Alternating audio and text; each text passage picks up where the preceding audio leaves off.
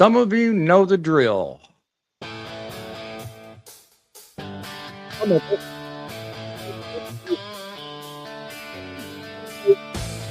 those who live in fear is one thing, and that one thing can make or break your next encounter with DOT. Pay attention. It's going to be a good show tonight.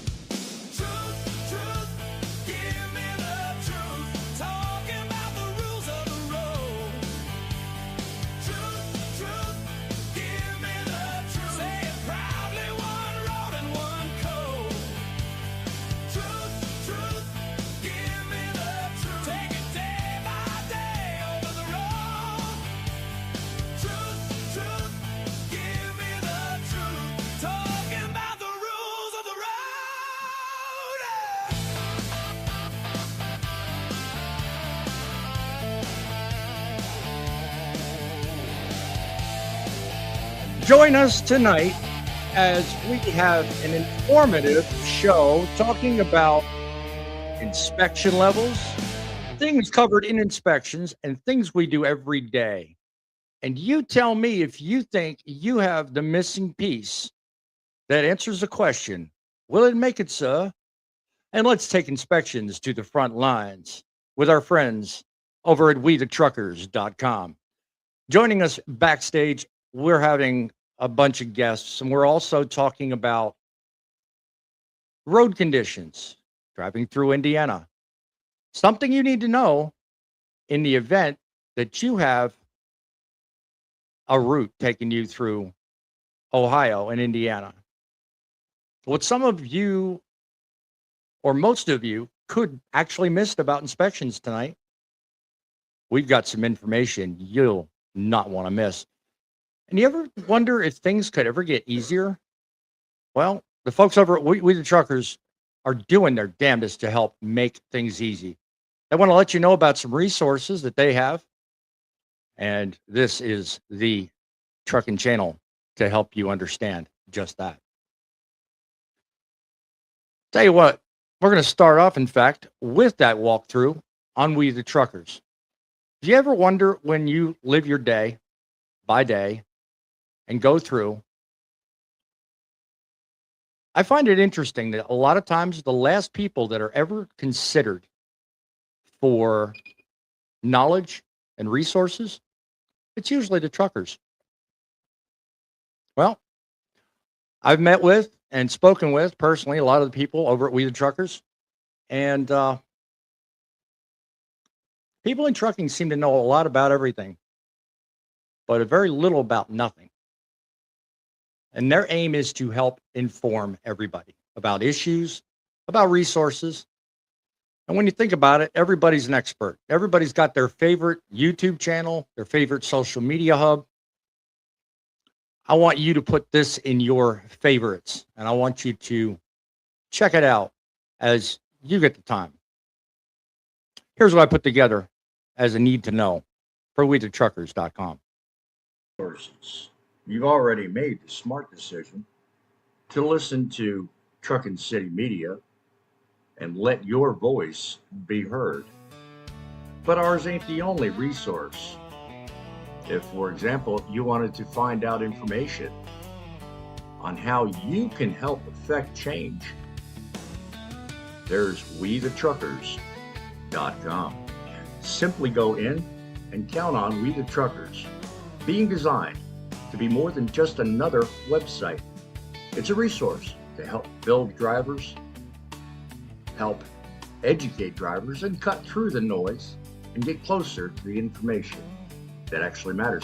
From everything from legislation to regulatory changes and industry issues. Advocacy, places to go, people to talk to, and the interesting conversations that are shaping your future. It's a great place to start digging all by yourself, not relying on somebody's Facebook interpretation, not some rumor passed around the truck stop counter over a cup of coffee. It's a place to read, compare, and question and understand things all by yourself. Such as a conversation we'll be having tonight. The difference between Delilah's Law and Jason's Law. A common misconception that the two bills are one and the same. Maybe get inspiration to write a letter. Or, if you're interested, there is a full catalog of others in the industry who are willing to help and answer questions. The measures and concerns that affect trucking the most. And on your way out, be sure and stop by the truck stop and add your voice to the list of people that want to help make trucking great again.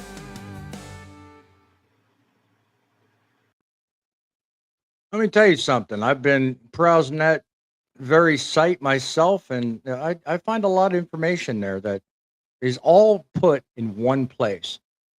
And I'm quite excited, and I'm proud to be part of that organization.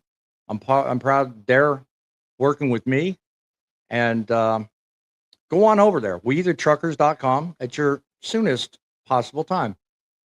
You might actually learn something. Here's a perfect example. I've heard some pretty rich conversation on social media and around other people in trucking lately about Delilah's Law. Some people are aggravated because they haven't really heard anything being mentioned about it being put up for Congress. Some of you know pieces of it, and others, well, have somehow mixed together that provision with Jason's Law. But Jason's Law and Delilah's Law are two different conversations. Delilah's Law deals primarily with the driver's side of trucking and CDL qualifications, eligibility, English proficiency, things of that nature. Whereas Jason's Law is about truck parking, hours of service, and driving fatigue, and whether a qualified driver operating legally under hours of service actually has a safe and legal place to park. So there's a big difference. And really, you have a lot to say about it, depending on what you're fighting for. One asks, who should be allowed to start the truck? The other asks, where's that driver supposed to safely park it? Both involve safety, both affect every carrier and every professional driver, but they're obviously not the same issue, whereas some people think they are. And that's exactly why having more information isn't just the best thing, it's everything. You've got to know where to look, and you've got to know what you're reading, and most importantly, you've got to know enough to ask better questions before repeating somebody else's answer. Stick around to the rest of the show. Near the end, if I've got time, I'm going to walk you through something I think is particularly intriguing. I hope you stick around to see it. So when it pertains to We the Truckers and everything you've seen so far, Sean, tell me, I mean, which do you think creates a greater risk? An improperly qualified driver entering the industry, or somebody who's properly qualified being forced to hunt for parking when he's over time and he's really doubting whether or not he's legal? That's a hard one, right? That's Yeah. I think you just put them both in the same category. Well, yeah, I did on purpose. I mean, when you think about it, I mean, number one, you got to know where to look, and number two, you've got to know what side of the argument you're on. I mean, we look, dude, we have so much going on, and we have so much to fight for. I mean, I think it's fair to understand what exactly each of these things is about, and not host podcasts on, frivolous channels, act like you know all your stuff, and all you're doing is making it worse. And I've seen a great number of people out there doing just that. So that's what interests me about We the Truckers, because you can find what you're looking for and you can get right down to the answers like that.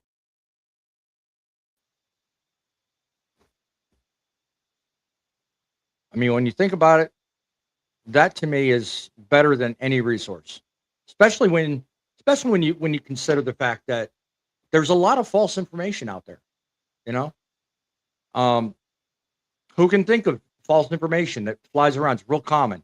Think about it. I mean, I got 4 panelists up here. I mean, any one of you chime up. Let me know what seems to be the biggest. Let me know in the comments if you're watching as a viewer. Biggest thing of misinformation we keep hearing about truckers. Anybody? Yeah, I would say that there's plenty of parking out there, and they can get parking, right? There's a lot of people think that there's a overabundance of parking, but when we're looking and actually researching it, we're actually seeing that that's not the case, right? They're pulling studies and everything else. We're seeing a lot of rest areas be shut down due to water treatment that's affecting truck drivers. So I mean, there's a lot of things in this industry that that we see a lot of. Just like the having a white sheet and a pre-trip used to be the case, but it's a big thing saying that it's required. But there's nothing on the FMCSA site that says that you're required to carry a white sheet on your mattress. So I mean, these are the little things that people hear it from the old school way. Now, is it something that it's more of a you should do it to utilize that and to protect people's families' rights of when you pull up on a scene, but it's not a mandate forced upon, but it's an ethical thing that we should keep those on our mattresses, so that way if we have to use it we can utilize them. So that's one of them. Yep. Typical cynic in the audience with us today. Fake Truckin says misinformation is truckers work hard. Not only a cynic, but he's a comedian. So you know what CDL stands for, right? What does it stand for? Can't do labor. CDL. Can't do labor. Now that's the first time I've heard that. That's a good one. That's a good one. Let me get a like on the hit on the like button if you thought that was as good as I did. He said, "Can't do labor." My wife is asking over the other side of the studio. What did that? Yeah, can't do labor. That's interesting. I gotta say, I like that. Oh, stop it! Now we've got this feminist argument starting. That's right. Yeah. Always bring me to the group. I can make somebody out. Oh yeah, right. You can always start some trouble. Yeah. Grumpy, what's another thing of misinformation you hear a lot about? I mean, you gotta pipe up with something, bro. I know you hear it all the time, just as much as I do. One of the biggest things that I actually hear is a lot of us don't know how to drive. We take up left lanes all the time, or we're always in the way. We're not in the way. If it wasn't for us, you're not going to get your stuff to get where you're going. You're right. So that's one of the biggest things I have to put up with. If you don't mind. Go ahead, Will. Go ahead. So I noticed this because I primarily run North Dakota and Montana, but I've been going down to Laredo, Texas a lot. And you got all the trucks sitting there in the middle lane doing 60, 55 miles an hour, and then you'll see them jump out into a left lane on a 3-lane interstate and take 3 years to get around somebody. I mean, that argument is pretty valid in my books. Right. I mean, there's no common courtesy out on the road anymore. Freaking stick to the right lane. Use the middle lane when you got to pass. Don't sit there and block up both lanes when there's no left lane, for trucks. Yeah. I think that is something that is not taught in schools, or, people, they get their CDL and get out on the road and they think they're in their car. They're not. I mean, I feel that is a valid argument. I mean, there's nothing that frustrates me more than being trapped behind somebody in the middle lane, stinking it up for everybody. It sucks. It does. It's problematic and it's dangerous. And, I mean, obviously, more of us need to fight for, what's the right thing. I mean, come on now. All we want to do at the end of the day is get home safely. Go ahead, Grumpy. I'm going to add to that, too. One of the things that a lot of companies I've worked for through the years, one of the things the safety department would always tell us is you're still going to get to where you're going to go, but if somebody's trying to pass you and they're governed at the same speed as you and you're in the right lane, you might as well just back off, let them go around you. You're just going to lose a couple, maybe a minute or two off of your route time. It's not worth sitting there fighting the lane. Let them go, because it's just going to make more of a pain in the ass, and you're going to have cars honking at you, and you become the bad guy if you're in the right lane. Exactly. Yeah. And it will happen just that easy too. Ladies and gentlemen, if you're just joining us, we're talking on our Truckin Frontlines tonight about an amazing site, great place for resources, wethetruckers.com. Certainly take a moment, go visit them, and see the different stuff they have on their website. That it's all there for you. I mean, it's there if you want to look up information and resources on Jason's Law or Delilah's Law or any number of different bills and provisions that exist in and around Congress, petitions, just all the things that everybody needs to know more about to be well informed about the people that are actually pulling for us. And more importantly, there are a greater number of people in corporate offices all over the country that are really going against us. And you know what? A lot of people just sit back and they think, well, what good does it do to complain? What good does it do to do anything? The gig is up. Everybody's decided. Well, to you that think that way, I've got one thing to say, poo-poo on you. There are more things that can happen when people like We the Truckers, like Truckers United, Truckers Unite Now, myself, Truckin City Media, and a great number of people that are affiliated with We the Truckers, when we get together and we actually exchange information, exchange ideas, you would be amazed at the big difference it could make. Sean, you and I were talking the other day about some provision they're trying to pass, but because of some of the studies that we've kind of found and we've looked at, we might have a way of actually making a difference without giving details. I know, some of that stuff you're still working on, but, if you can give details, I mean, how easy is it to take information that's publicly available and actually use it to prove something as significant as a safety flaw in a piece of technology, or, something that would, if left unchecked, would be detrimental to the industry in some way, shape, or form?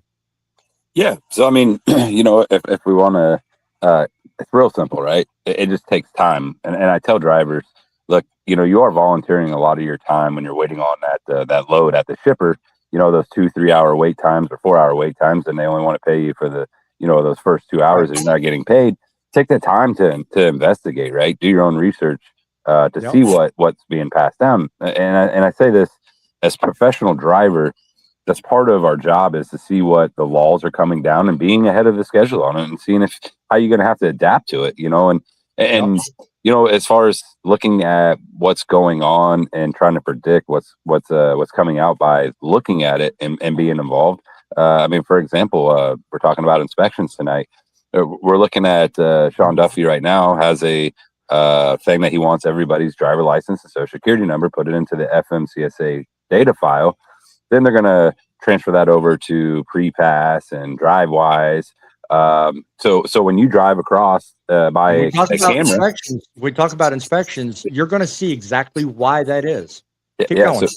So when we're driving by cameras, it'll take face recognition. Like it's going to see your face. It's going to pop up your driver license. It's going to see if if you have that right endorsement. 2, if you are able to drive and have a CDL, but it has a down clause to it, right? Which everything does. If we're gonna put ourselves out there to have all our data to collect, why do they need our social security number when a driver license is good enough? why are we going to take a third party that's affiliated with that's not affiliated with the government and say, hey, you know what, you're going to have control to this access to monitor truck drivers as they go across the scale or by a scale, So we have to utilize looking at what does our Constitution say? What does our rights say? Are we being violated on our rights? Do we need to stand up and say, hey, you know what? You're running on a fine line, right? My freedom of travel, regardless I'm in a commercial vehicle or if I'm in a car, because this affects everybody, right? They're wanting to do and inspections on your four-wheeler, on your personal car, plus as a semi truck. So, I mean, if you can get all this information in one spot, whose hands it in? Can it be hacked? Can it, what's the long out term of effects it's going to have on us in this industry? I mean, they say criminals have rights too, right? And it's not that you're saying that you're criminally moving something across the country, but do we really want them looking in our truck to see what we're actually doing and building more data against us, saying, hey, and to what degree do we want to just abridge that right, that Fourth Amendment right, that we don't, that we're not unduly searched or unduly prosecuted for, sure,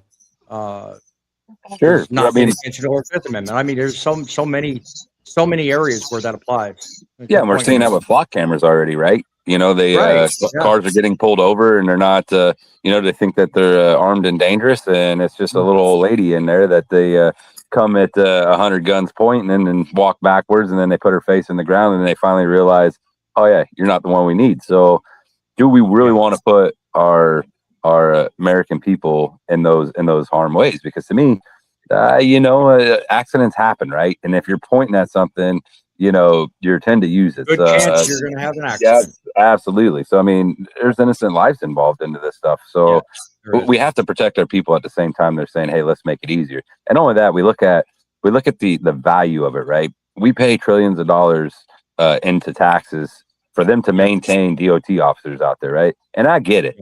But when we look at a DOT officer that over his whole career time, he makes about $1.8 million, we can put these cameras in here and we can get it cheaper.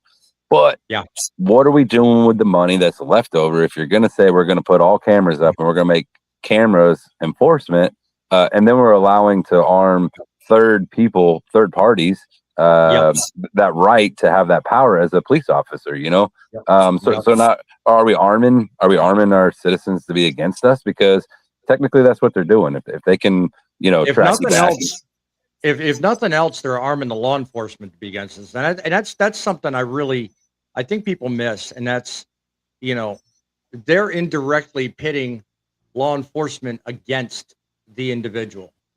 We think it's just the truckers. We think it's just us, but it's not. With all this talk of flock cameras and security and surveillance, this is the average citizen, And I don't want to, jump off the bridge here of the purpose of this show tonight. So I don't want to do that. But just think about that. Okay? For every flock camera that goes up in a town near you, you're giving up your right to travel and do so without your privacy being invaded. And people don't seem to realize that. That's something these big corporations don't really care about. In fact, they bank on it because they can use that personal information to coerce you into doing something you would not do were that not the case. So just wanted to put that in there. I mean, it really troubles me. We're even at the point now where we're having the conversations we're having about flock cameras. It really does disturb me. Well, then you look at you're using military surveillance on its own people, right? When you go back and research on flock cameras, because don't take my word for it. I tell people, I recommend you kind of do your own research, because if I tell you, you're taking what I'm saying. What I would like to see is somebody actually look into it. But it's real simple. Type in flock camera and go all the way back. We have AI now, right? We have ChatGPT. We have all these different AI things that you can literally take that and use it as a tool. Don't read what AI is telling you, because AI is going to tell you whatever it wants to tell you. But if you go to the sources, when you click AI on can manufacture stuff. Absolutely. So you could take AI and actually go to the sources. That's a government site, like the FMCSA, the Federal Motor Highway, you know, all these other things that you can actually start following a link, and you start building a roadmap. And we start pre-tripping on that roadmap, and we start pre-planning and saying, maybe tonight I'm going to look at 2 things tonight, and then tomorrow when I got to sit another 2 hours at the shipper, I'm going to pick up where I left off at. I mean, it's you got to use trucking the way it was designed, and when the rules are coming down on us, because there is so much stuff changing. We're seeing so much money being out of all the administrations. I mean, this administration has thrown so much money at infrastructure, and now we need to go find out, are they really spending that $600 billion where they stick this where? You know, are they utilizing it and actually doing what it's for? Or is somebody getting their pockets full? You know, and tonight you're going to see on I-70 where there's a road broke. You know, we should be utilizing that and into it. Yeah, exactly. Let me catch up on comments real quick. Catherine's in the house saying hi. Here I am. Hope I made it on time. That you did. Welcome to the show, girl. And Short Stack, thank you. Man, no problem, dude. I mean, you and Jane are doing an awesome job over there at We the Truckers. I certainly am glad I ran into you folks. Keep up the good work. Catherine says, what about saving some of the money and passing it on to the next person who wants to have a truck?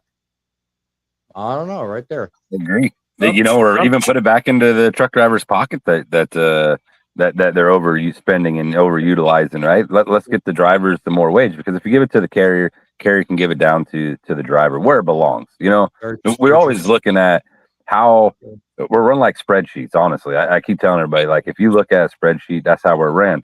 How do we get the nickel out of your pocket? How do you get the nickel out of your pocket and put it in mine? You know, and it shouldn't be that way, right? You're the one that's being away from your family. You're the one that's putting all the time in, having to choose the garbage of food that we have to eat out here, if it's going to be unhealthy or even more unhealthier, you know. So like, put it where it belongs. It gets more probable that is to happen. So fake trucking. The money goes into the Trump crypto slush fund. You know, he's probably not far away from true either. I mean, I've heard some scary stuff about that, but I can't comment on that at this right now.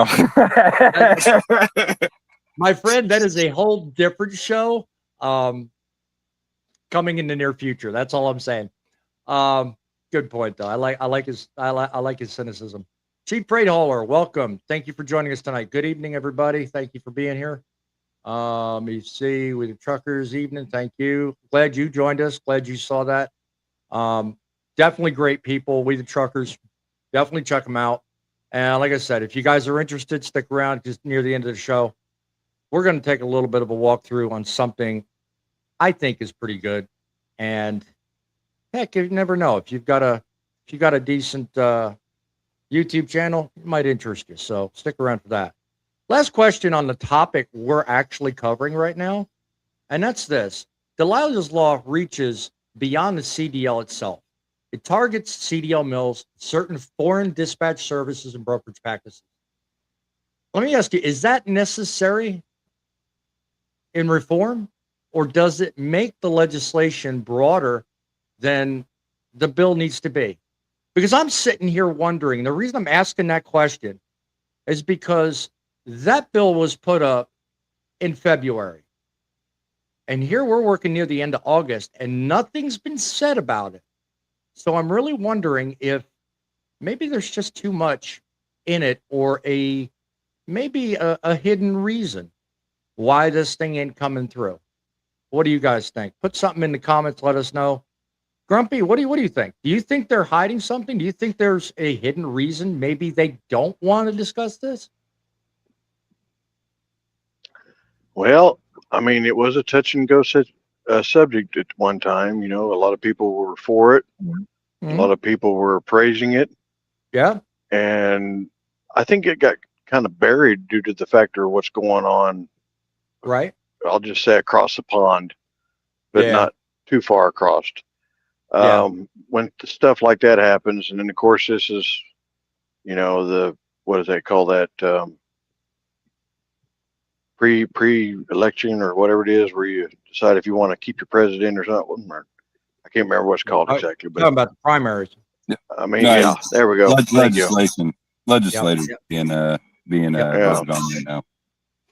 And I kind of think they've just kind of buried it. Well, that was good last year, but we weren't talking about Delilah's Law last year. I mean, because in February that wasn't a consideration, and hell, we haven't really fully gone through midterms either. So I see some legitimacy in what you're saying, but yeah, I mean, does that explain almost 7 months worth of inactivity? Come on now.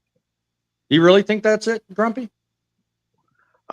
Yeah, they're going to go for what's most important to them, and they don't feel that that's important to them. They do it every time. Yeah. Our government will cover up things that's not that important to them to go move on to something they believe is more important. Yeah.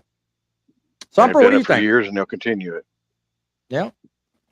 What do you think? Do you think they're hiding something, or you think there's something else nobody else has considered? They're always hiding something. Tell me more, brother. Tell me more. I've always said it. They're always hiding something. It's like a magician. It's the sleight of the hand. They got your attention over here, and they're doing something over here, and that's how the government works and everything else. You stole that from me. No, I've said that a lot longer than I've known you. But no, I mean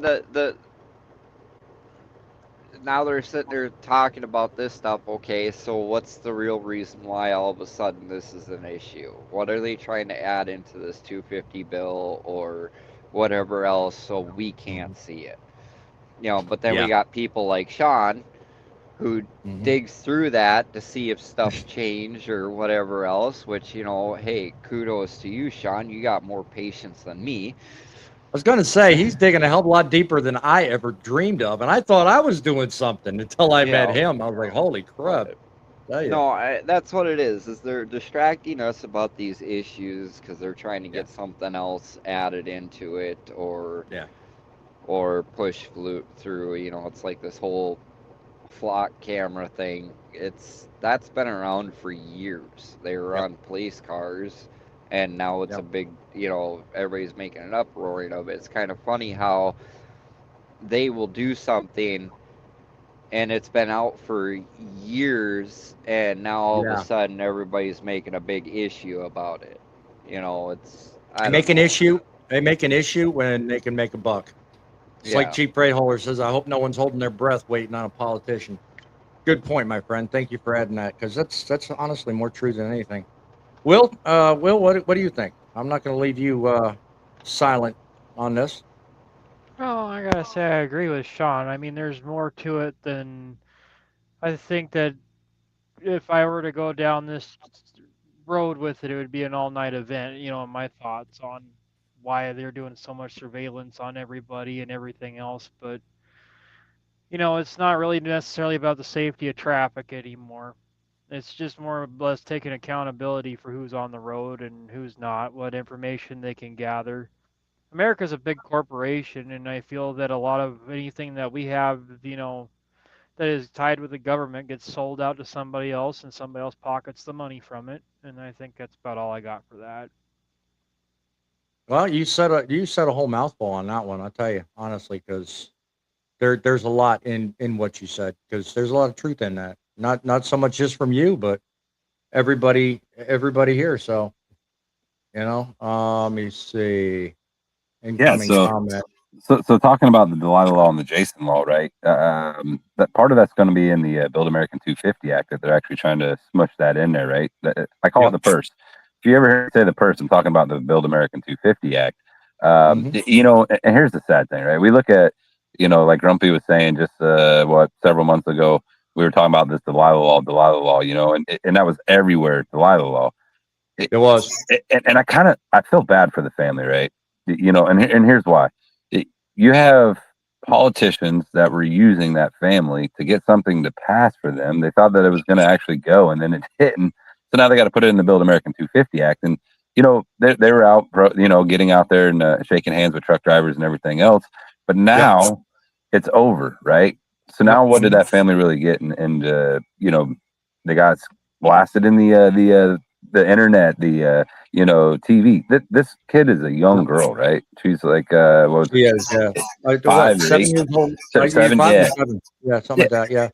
Yeah. So can you imagine now when she turns 18, 19 years old and she has to look on back on any kind of social media and she types in her name? What's it going to say? Why is politicians using somebody to get their advantage? It mind boggles. It's disgusting. It's crappy politics, and I'll straight tell them. And here's the thing: if you're going to do it the right way, another one of these things that you said, hey, what's something that gets taken out of context, and it's not really something that's the right way. Time to say illegals, it just show me what a definition of illegal is. Is it because it's trying to push your agenda and you're trying to knock 100,000 truck drivers out of the industry so you can pave the way for autonomous? I don't know. Maybe I'm wrong. Maybe I'm right. I don't know. Maybe not. Until things continue on, we're not going to know.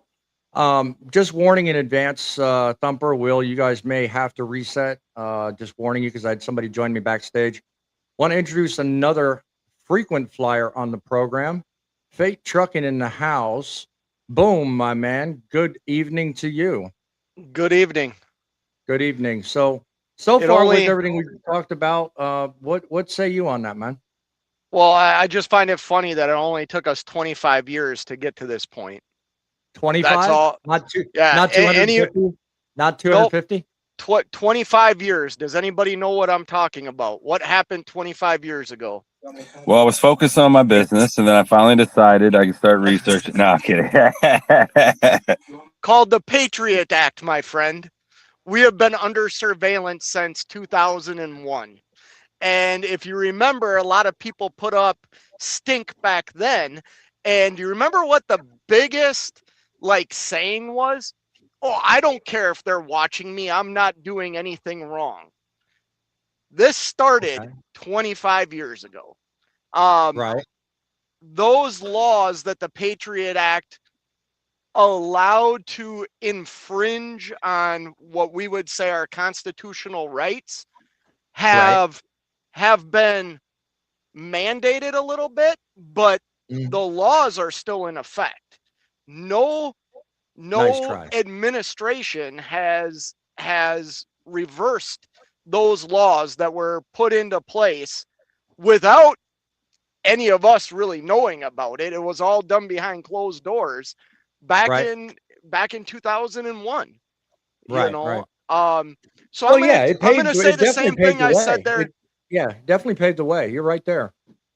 I'm gonna say the same thing I said back then. Big Brother's all around us. I mean, take the flock cameras and all that out of it. You are surveillanced right. You are being surveyed right now.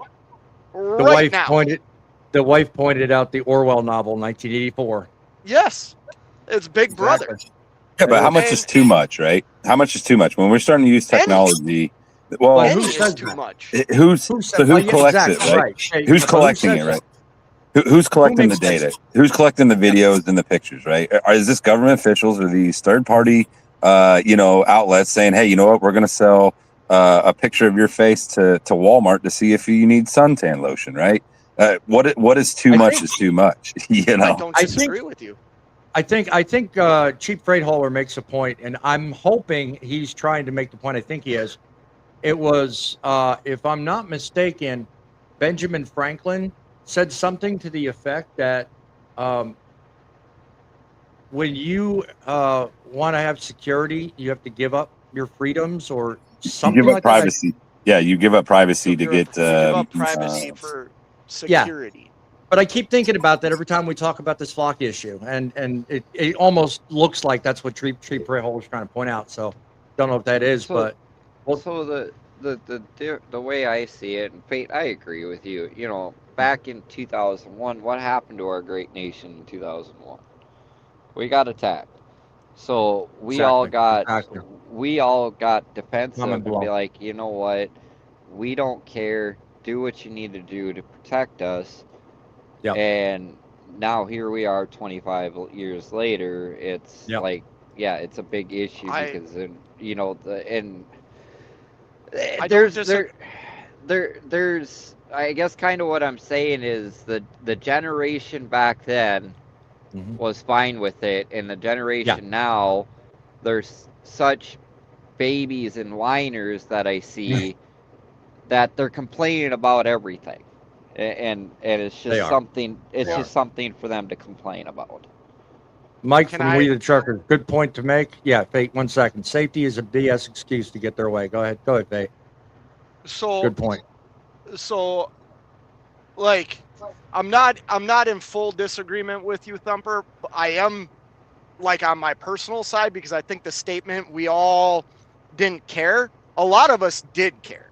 I was one of the people that cared. Like, yeah, we suffered a terrorist attack. You know what I mean? Horrible event. I am not. It is a horrible thing that happened. Yeah. But that doesn't mean that we give up our rights to feel a little safer. Right. I remember protesting at the Minnesota State Capitol during that time. And you know, you look at today, and I think it was Sean was saying, when things are being collected, not by our government, you know, not the NSA, not Homeland Security, but by an entity that is like owned by a person like you and me that created for these profit cameras. For profit. Thank you. That's right. That's a, well, yeah, you know. Yeah. When you got that's a problem. That's in my mind, that's a huge problem. And I'm all for like having regulations and things like that, but at some point, like you said, it goes too far. It just goes too far. And let me catch up. I just want to let me make one more point here. Okay. Go ahead. And I am not being rude to people. But it's funny how everybody on this panel today talks about not putting their faith in legislators or presidents and things like that, when 2 years ago, everybody in this panel talked about how one person was going to make America great again. And you had a libertarian trying to tell you, pump the brakes. Like, what are we doing here? I just want to make that point clear. Fate, you have my official permission to sit there, do this first, and then do this. You have my permission. That's not what I'm looking for. What I'm really pleased by is that more people are opening their eyes. And like I said, it's not an attack on an individual. Yeah. Because it's not just one administration. Well, I jest with you, but I mean this sincerely. Sincerely, the more people actually understand the truth, the better off we all are going to be. And I think up to now, everybody's been so concerned about their side and their argument, they're not capable of understanding what conversation just took place here. That's the worst part of this, because everybody's so fixed on being the liberal or the conservative. They don't care about what's actually right and what's really happening to society. So kudos to you for that. Thank you. And we're seeing that right now, right? It's now, instead of it being liberal and all this stuff, it's illegal against American. It's, you know, it's always something to keep you distracted while they're doing whatever they want to get done. And we got to break that cycle, right? We got to break the moth effect. One nation under God, she says. Yep. We got to break the moth effect, right? We need to stop staring at one thing. We need to start looking at multiple things, you know, like look at a moth. It goes to a light and then it just like kind of stares at the light and goes back to it. And that's what Americans are doing right now, right? That most of them, they're focused on their job, right? They're like, hey, I got to get money to feed my family. I got to put, you know, bread on the table. So I'm focusing on this, but I'm not worried about what everything else is going. And it's time to pay attention. And for Trump, you know, it's an administration problem, right? So, I mean, if we look at his administration and what's going on, I don't even know if he knows what's going on. You know what I'm saying? I want to be clear. I'm not pointing out. I'm not pointing out one administration. I'm just saying I find it funny for how long I've known all these guys, how the tides have turned, and I hope we realize that, because we're not all going to agree. Like, we look at that's number one. You look at Kristi Noem, right? She spent $200 million in commercials and everything else. That was fraudulent money, right? You know, if me or you or anybody on this panel or anybody in this live that's watching that, if we'd have done that, we would have had some nice little bracelets on there. We wouldn't have been fired from our. Well, actually, she wasn't fired. They just re-put her in a different spot to get her out of the spotlight, right? So I mean, these are the things that they make Club Med vacations just for the occasion. Yeah. So I mean, these are the things that we got to look at as administration as whole. Is what direction are they going at? This is an important year. It's election year. You got going on. You have this Build American 250 Act. It's a budget bill that has to pass. So why not try to distract you to do all these other things instead of watching behind the scenes to see what's really going on? Their agenda won't get passed. Yeah. Gentlemen, I need to catch up on comments because I am sitting here getting severely behind. Check out WeTheTruckers.com. I implore you, if you want to know more information, find resources in one convenient place. That's the place to go. Moving on to comments, I wanted to highlight Griff. Thank you for joining us tonight. He is one of our, there you go. He is one of our paid members for the TIB Nation. If you want to help support Truckin City, I implore you to check it out and look into it. And if you do, thank you very much. Cheap Freight Hauler says those who would give up essential liberty to purchase a little temporary safety deserve neither. That's the saying I was looking for. Good man. Thank you for that. Cheap Freight Hauler, Benjamin Franklin. Yes, thank you. I couldn't remember how it was worded, so thank you to that. Jonathan Judge, new member, or not new viewer. Thank you for joining us. I saw you on the show the other night. Thank you for returning. Let me see. Give up liberty, purchase temporary safety. Yep. Sam, thank you. I appreciate that. Another regular viewer. How about just being a good neighbor? What are you? Be a good neighbor. State Farm. Is there what do you work? State Farm? Is that? I'm trying to think that one. Good one though.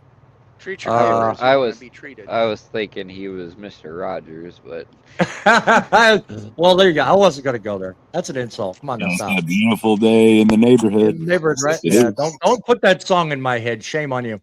I still support Trump, but it is the citizens need to tell you. What are you, drunk? Good Lord! It's the citizens that need to tell you to work for me, not the court. Yeah.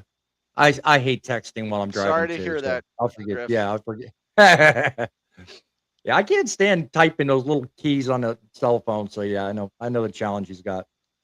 Let me move on to the second topic. Things you really need to know about. When a tug of war with Mother Nature happens, generally Mother Nature always wins. Recently, I wanted to let you know about something every one of you need to know. In Indiana, they just gave us another reminder that the road underneath us isn't guaranteed to be there tomorrow. Sometimes, without warning, we can be delivered a blow just like that. Over the last several days, Indiana has been hammered with severe thunderstorms, tornado, and historic flooding. Some areas received more than 11 inches of rain in one shot. Communities were evacuated, lives lost, and then there's Interstate 70. In Wayne County, floodwater got underneath the section of westbound I-70 near Centerville and literally damaged the roadway badly enough to force it to close. Now, all you see all over the place going from Dayton to Columbus are signs instructing you to detour. Road closed. For more on this, check out this report I downloaded earlier. Your travel plans take you west toward Indianapolis. You're going to want to budget in a bit of extra time this morning. And really into the foreseeable future. What you see on your screen there, floodwaters from the heavy rains washed out a portion of I-70 west and eastern Indiana, just 9 miles past that state line there in Wayne County. Pavement cracked, washed away. This is just amazing. It's forced an indefinite closure of that portion of I-70 west. The Ohio Department of Transportation has already posted those digital message boards out there along I-70 right here in Columbus and in Dayton to warn drivers who are heading west. Yeah, another section of westbound I-70. I-70. Where you are, certainly the reason we chose to put those signs up in Columbus even is because if you're heading from Columbus or Pittsburgh or areas between to Indianapolis, your best route at this point may very well be I-71 down to Cincinnati around 275 and then 74 to get into Indianapolis. But even if you're in the Dayton area, which is where we have signs posted as well, you could take 75 south into Cincinnati, and then again 275 to 74. There are other routes to. Yeah, it raises another interesting question that I'll bring before you guys in the audience and here on the panel. Think about it. When Mother Nature exposes a weakness in one of America's major freight corridors, what exactly are we learning about the infrastructure underneath our trucks? Think about that. What do you think that news report tells us, and what worries you the most? I'm going to say it's the toll roads, and it's bad karma, and it's going to kind of start hitting the road. Don't give me started. Well, what I'm trying to do is slowly queue up the thing, without the audio and everything else. I want to show a certain image that was there, and let's figure this out. Give me a second, because I'm having issues with the technology here, not cooperating with me. Yeah, right. When is that any great surprise? My wife says. There we go. Look at that. I mean, right there. I mean, can we tell? I mean, I don't know if none of us are experts. So I want to know. I want to know how many cars launched off that before they closed the road down, because in North Dakota every year in the summertime the road buckles, and there are North Dakota, Minnesota, there are cars launching off those before they even shut them down, and there's even a cop sitting there. Yeah. Oh, I mean, you see the vehicle. I mean, I've got this still framed. So, I mean, look at that. I mean, the water's right there off what used to be the shoulder. And honestly, it doesn't look like there's much of a roadbed there. I mean, that is really unnerving. The road, the cement itself doesn't look very thick. So, I mean, I've seen some construction projects where the damn cement is 8 inches thick. That don't look 8 inches. I mean, that's really almost unnerving. I want to add something real quick to this. People may not want to believe me, but it is true. Because it happens to us here in Oklahoma a lot. Okay. These little furry rodents called gophers will literally, because they can't move the highway, they'll go burrowing under. And when the rain season comes, if those burrow holes are still there, water starts getting in them and starts flushing. The more water it gets, the more it covers and carries out the roadway. We have a lot of our highways and county roads that get affected that way every year because of them. Yep. I'm not saying it's what caused that. I'm just saying that's can happen. But I mean, you're looking at it from two different angles. I mean, if you're looking right there at the left-hand side of your screen, that doesn't look very thick. And it didn't take much to buckle it. I mean, that's really nerving when you think of about 80,000 pounds worth of truck sitting on top of that at any given time. And that's really nerve-wracking when you think about it. Well, go ahead, probably aren't going to like what I'm going to say, but whatever. No, say it. Go ahead, Bo. No, like I think our infrastructure isn't what it used to be. And what I mean by that is we have a decaying infrastructure in this country. We hit our industrial revolution hundreds of years, 100 years ago. You know what I mean? We created some of the most dynamic things that the world had ever seen. The problem is all that stuff is old now. And we don't have, for some reason, we don't have the resources to upgrade. Now, we don't have countries investing in our country. You know what I mean? Like, there's countries around the world right now that their infrastructure is amazing, but that's because they're being funded by other countries. So we as a country have to, I heard somebody bring up earlier the $600 million in infrastructure and stuff like that. Like, we're talking about a lot more money than that. You know what I mean? We're $1 trillion. $1 trillion. Minnesota. $1 trillion is the Build American 250 Act right now. Yeah. $600 billion is what they gave to Indiana for the I-70. We had the I-35 bridge collapse into the Mississippi River. I drove over it the day it collapsed. Infrastructure is not great here. It just isn't. And it's because it's decaying. What nerves me is the fact that this very area is pretty much central. Every piece of freight that I haul, I take that I-70 patch right there from Columbus. I do a lot of that driving. You know, at least through Dayton anyway, because I come up 75 and go through Dayton. So that's kind of unnerving. When I think here's a question. Here's the question I ask you: should we be taking this $1 trillion out of the Build American 250 Act and spending it on stuff that's not truly infrastructure, or should we be allocating what we actually put into the fund and actually spend it? And they're saying the bipartisan does that look like, trust is actually going to be zeroed out. Does that look like your answer, Sean? Does that look like your answer right there on screen? Well, and here's the other thing too, right? Who's actually, if we're using it on federal roads, right? Why aren't we getting a full blown, investigation? I've talked to guys that's actually done asphalt and everything else, and they say, hey, you know what? Sometimes they cut off a quarter of an inch because if you're doing 1,000 miles, that's $1 million that you're saving if you can actually get it. So they come out with these press tests instead of actually, having a monitoring system on that. To me, that should be an autonomous creature that actually shows the concrete being put down. Because when you're allowing third party to, build our infrastructure, it needs to be exactly right. When you're spending taxpayers' money, it needs to be right. And we see cases all over the United States to where they shortchanged it. What? They shortchanged it, and they have to go back and redo it over and over again. What type of utopia do you live in where you think taxpayer dollars are used in the right way? I want to live there. Listen, I got an island. I got some. I see you backstage, Griff. Give me a minute. Let's wrap this up. Go ahead, Sean. Answer him.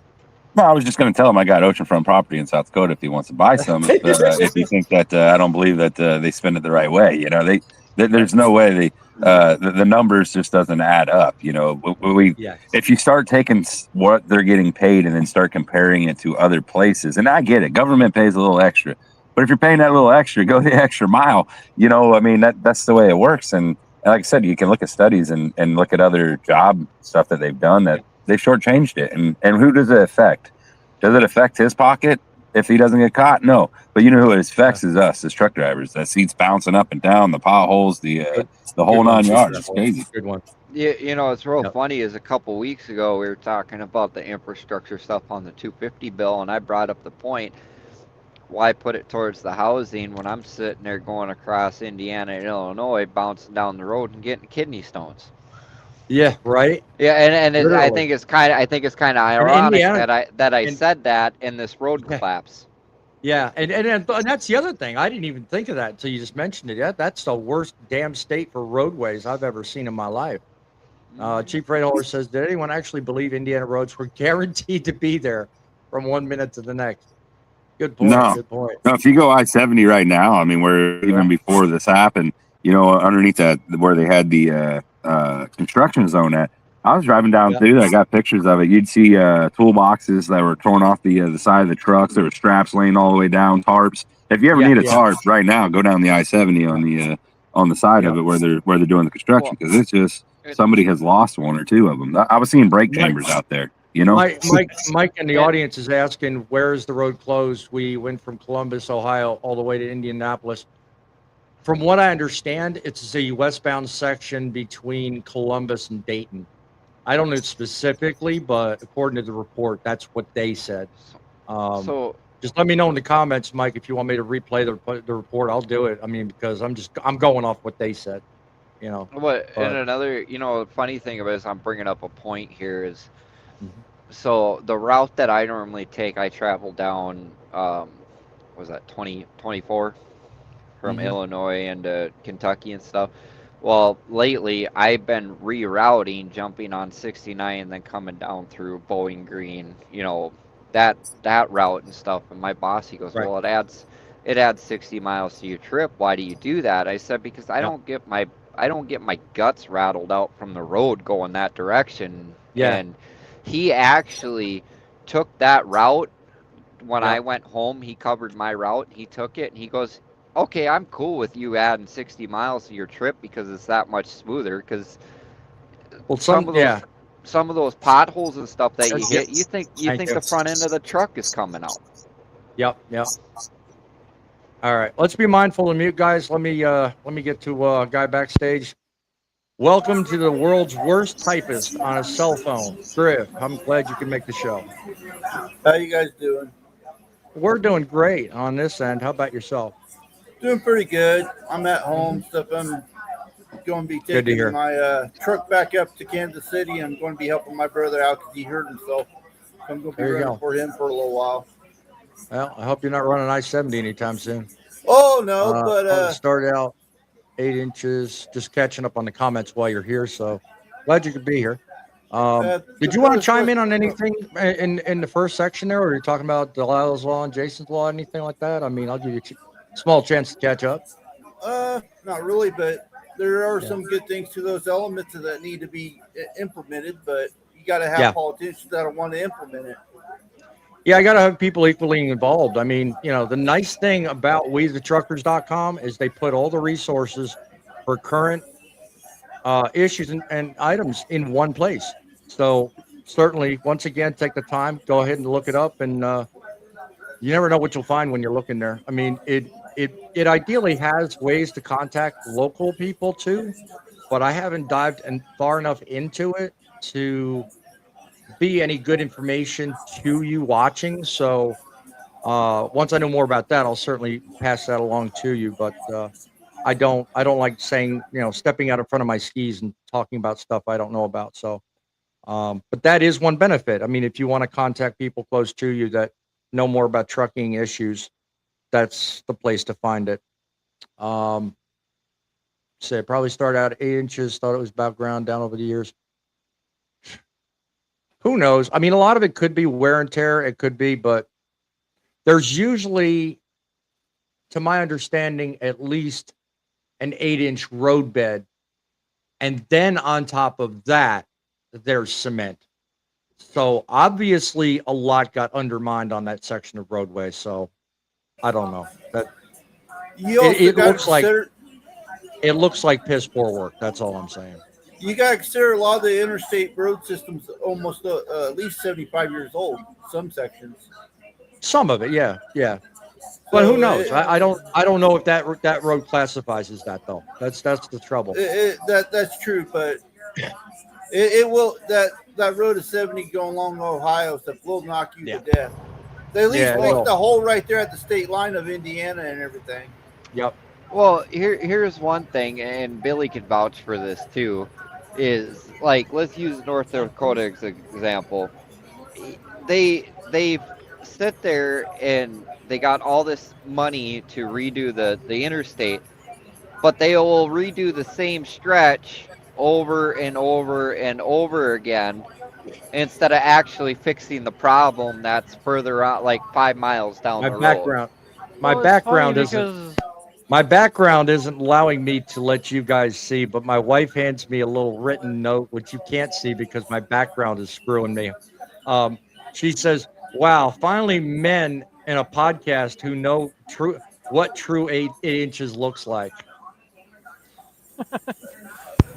So drum roll, please. Hold on, Billy. Hold on. I got a comment for that, boss man. Go ahead. She's still trying to find it from you. She's still trying to find it from you. Okay, you have officially pissed me off.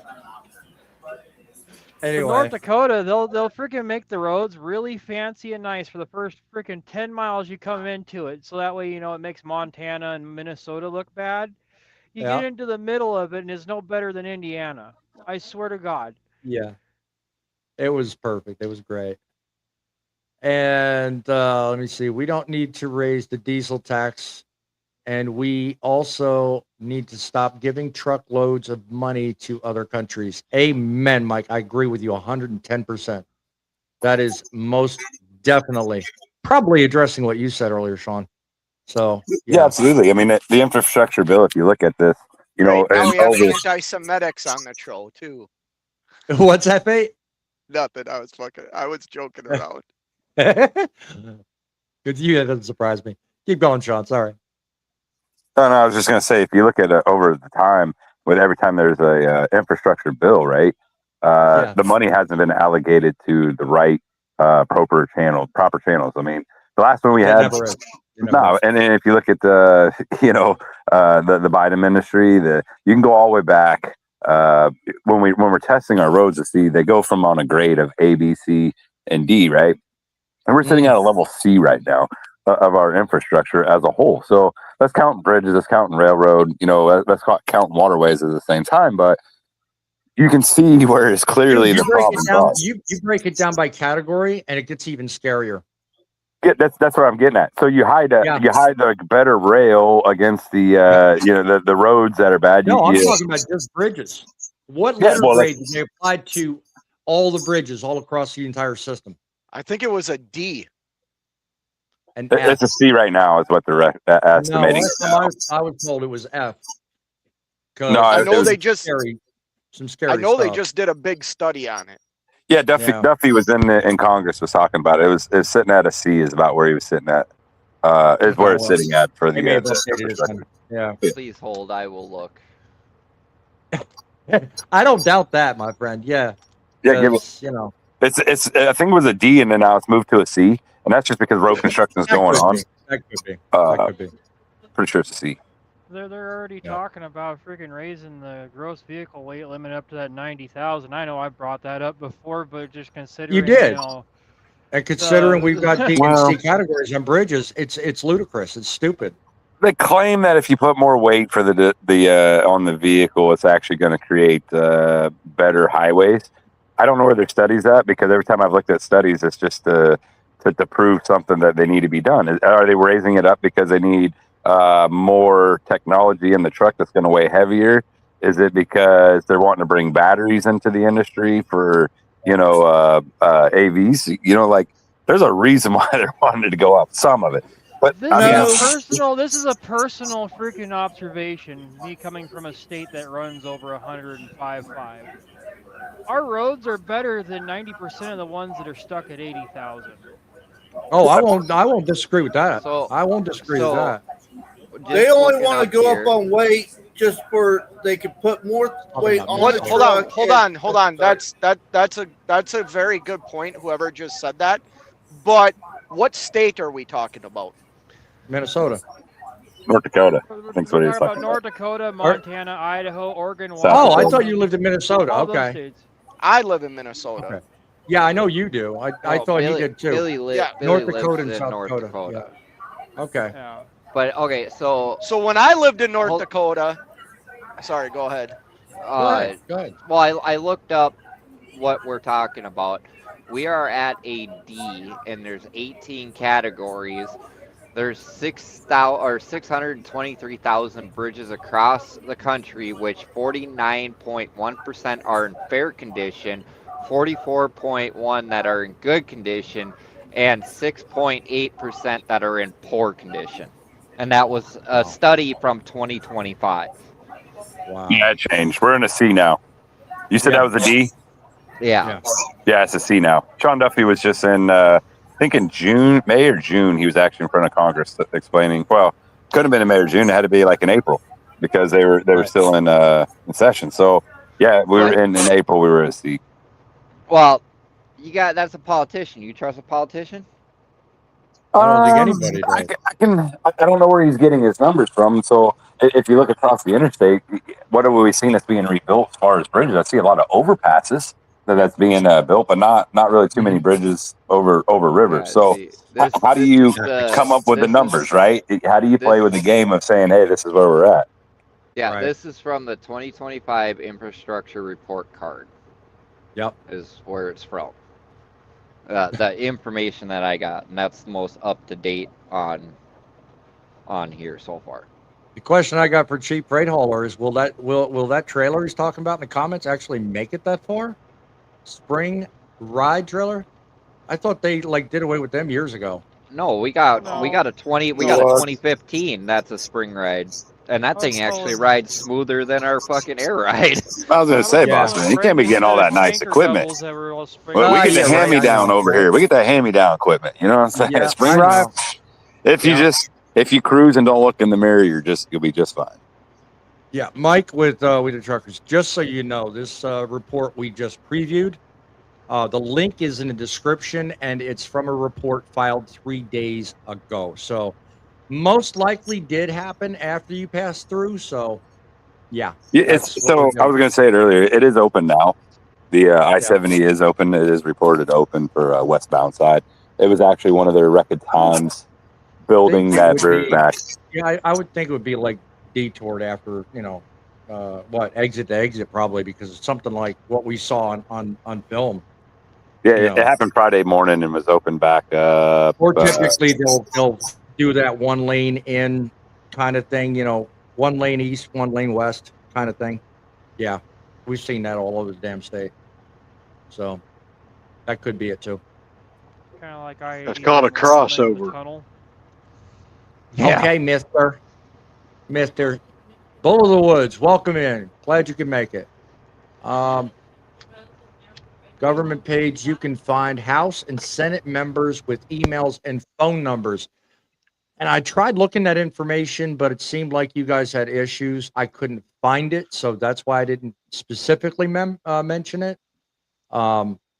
Yeah, so I would rather you talk about it than me, because I don't want to say something wrong. Yeah, so, for some reason, on the app version, you can see it. And some reason on the PC version, when you hover over, Jane, when you look at it, when you hover over it, it just takes you to the bottom of the page. It actually don't let you inside the link. So I was gonna bring that up to you.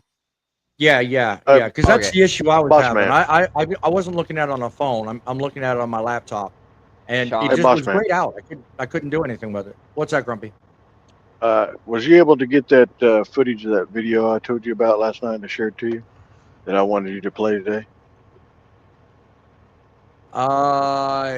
Yeah, but something was glitching with it. Does it involve cousins? No. Yo, He's from Oklahoma, isn't he? The reason I didn't pull it up. Yeah, the reason I didn't pull it up, Grumpy, was because something happened with the file. The audio was glitching and it wouldn't work. The video would play, but the audio was just messed up. I couldn't clear it. So I couldn't. I told you I got the raw footage I could send you. Oh yeah, you'll have to. I can play. I can because I'm probably gonna do something similar next week. So send it to me. And we'll work on it.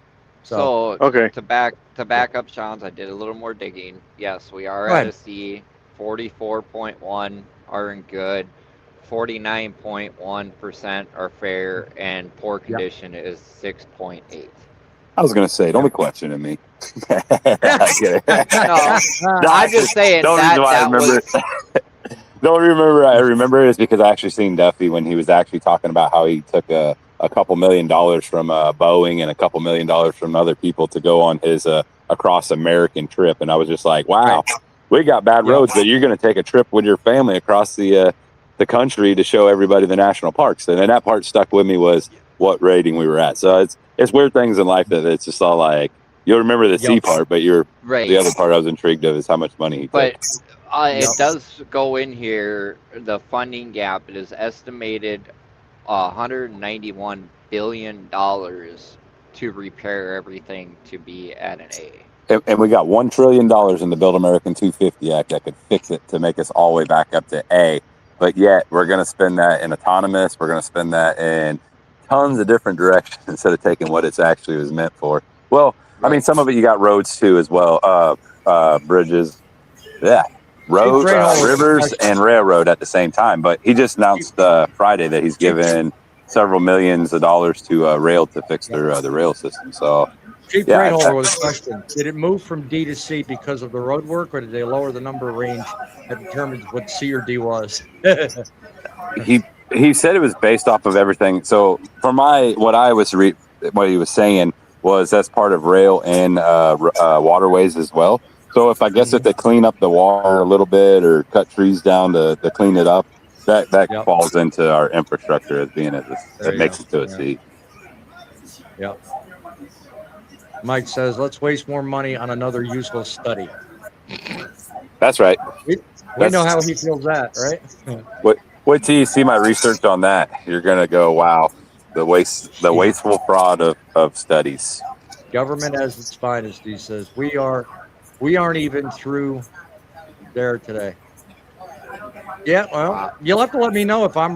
Maybe Sean's right. Open. Maybe I'm wrong. I don't know. No, it's open. Yeah. You're talking about 70.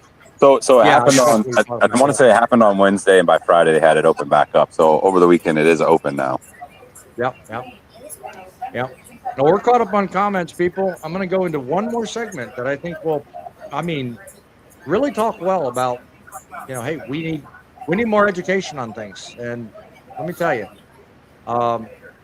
most people don't know about what I'm about to bring up, but I think it's a good topic. Let's ask them and see. You never know. Yeah. In fact, I got a feeling. Yeah, that's one asset I did not load up here yet. So let me look real quick. Let me see. I think. Have a good night, cheap freight hauler. Is he leaving on me? I'm sorry to hear that. It says bedtime for him. So have a great evening, everyone. Yeah. Okay. Sorry. Didn't want to make it drag on too long here. Let me see. That one. I'm trying to look for what I sent you earlier, Sean. Give me a minute. Hopefully. Is it there? Man, this is riveting. And the halftime show is brought to you by. Right. Yeah. There it is. Okay, I found it. I just got to locate the right file folder for it. That's what happens when you don't put stuff in the right place. Slides.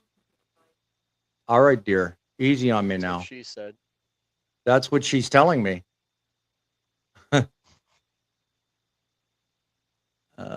Inspection. All right, there we go. Probably messed everybody's audio up. Anyway, something funny. If someone walked up to you with a badge and a clipboard and said, I need to do a level, whatever, pick a number, would you know what it is? I had a conversation with a group of truckers not long ago, and one of them that was claiming to be very smart in all things trucking didn't even know what the difference between a level 1 and a level 3 inspection was. That's pretty unnerving when you think about it. And what's more, they probably didn't even know the difference in the types of violations they could get for each one of those violations we're talking about.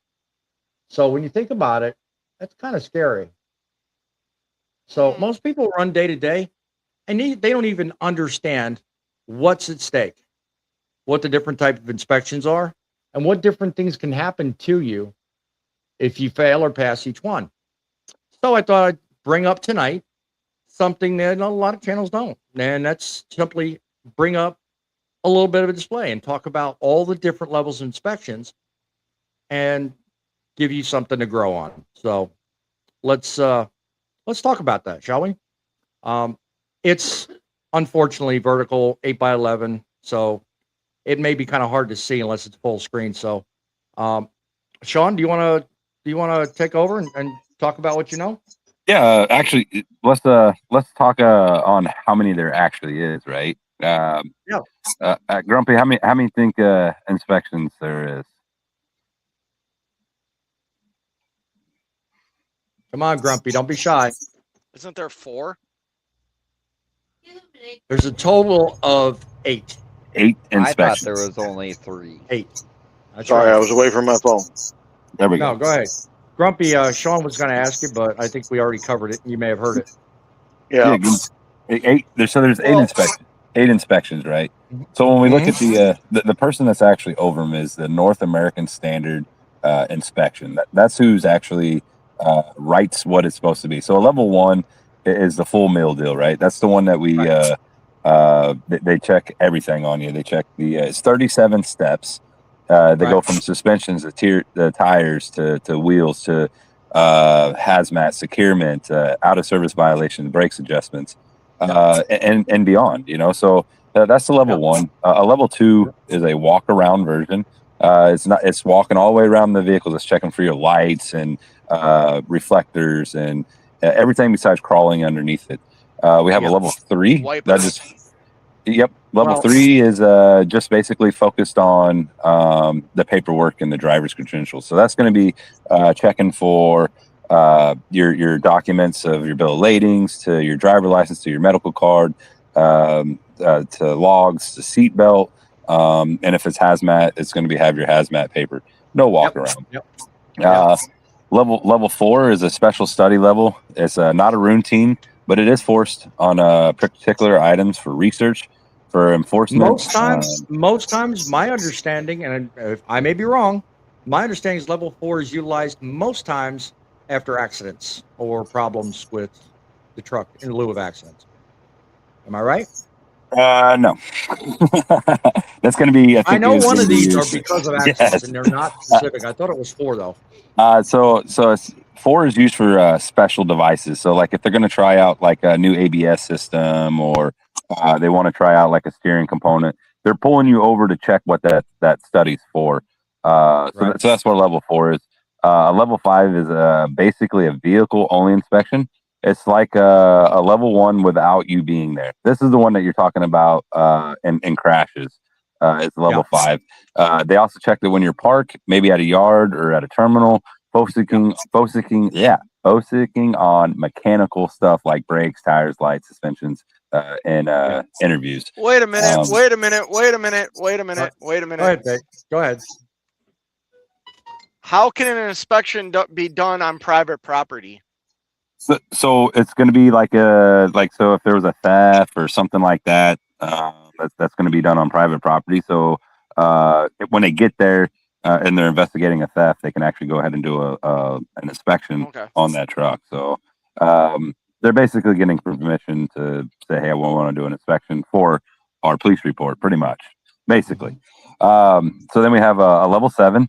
Is less common, but often tied to jurisdictions using offsite or alternative special methods, sometimes with technology or screening systems.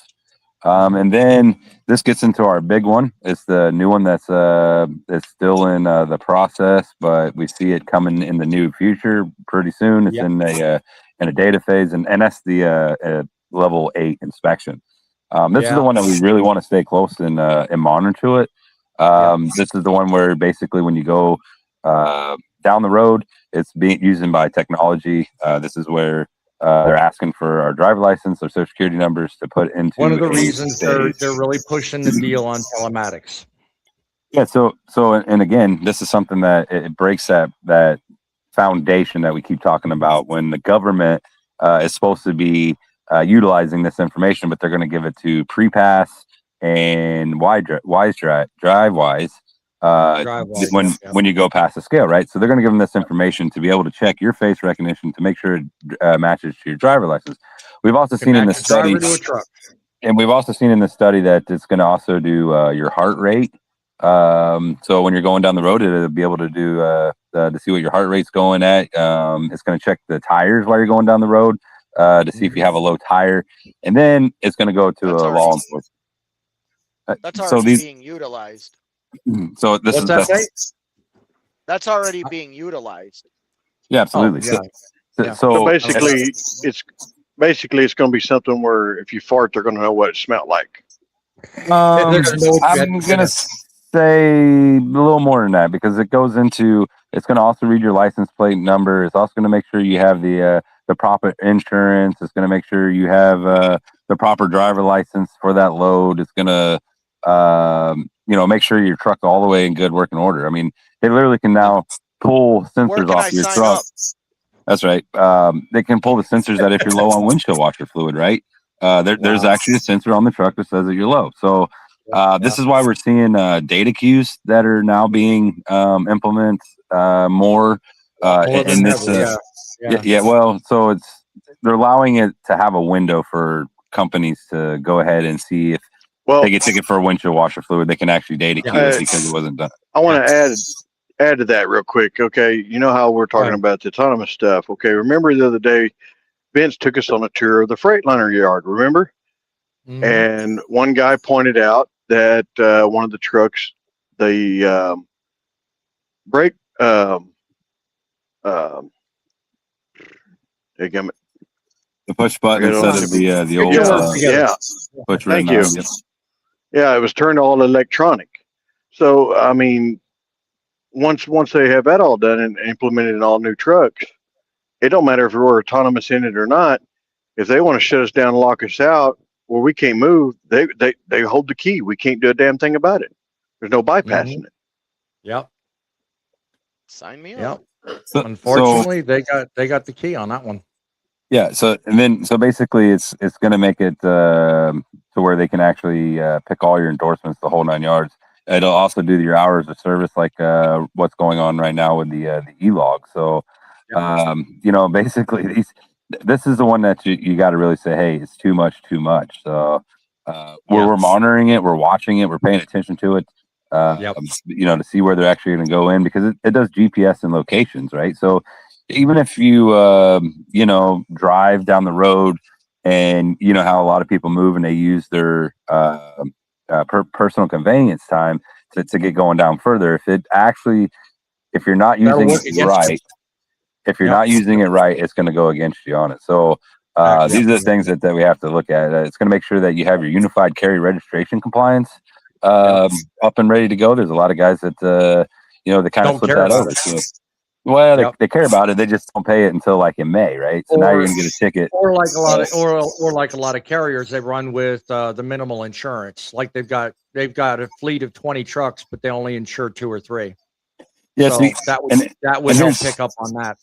Yeah, and here's one of the things that we have to look at too, right? So this is going to make sure that you have a valid medical card certificate, right? And when we look at this, right, we're going to give a third party basically your medical records to look at you while you're going down the road. I mean, tell me, I mean, is this okay or not? If that ain't like flock on steroids, I don't know what is.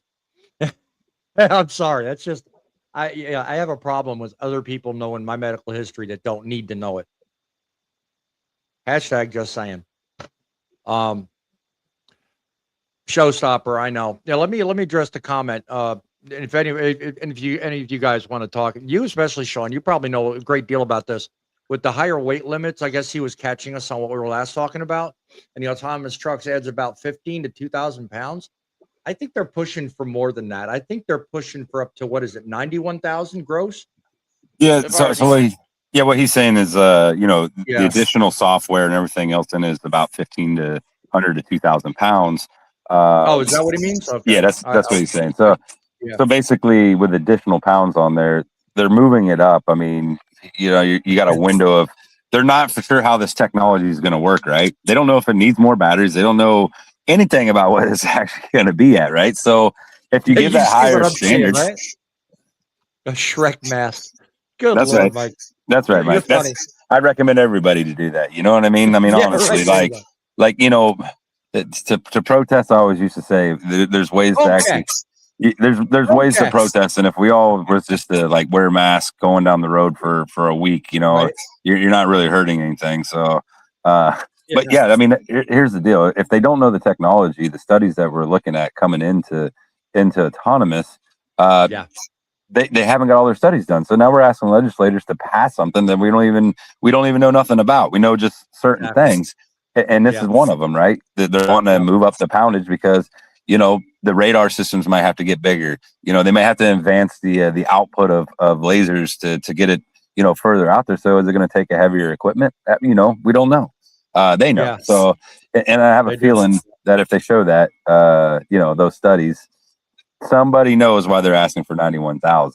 And to say that it's it's to help pick up the driver shortage by putting more poundage on us to move across the country, is about telling me the reason why you want our information from the state levels to put into the federal levels is because there's illegals on the road.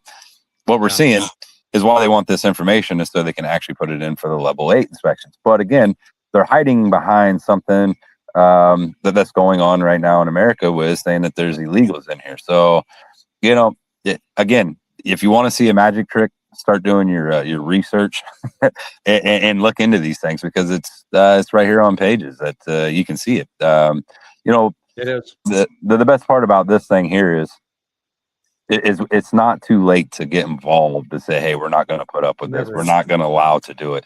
There's some things that we try to get involved, but it might be a little too late. And it's real simple. Here's the problem with that. You're not wrong, Sean. And I come from the ilk of, I'm glad people are using their voices and are pissed off about things.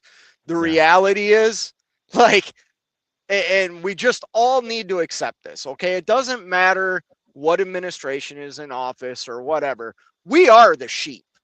The minute you realize that, you have some choices to make. Listen, a wolf will roll itself in its wool and go up in the sheep pack. You know what I'm saying? I'm the wolf.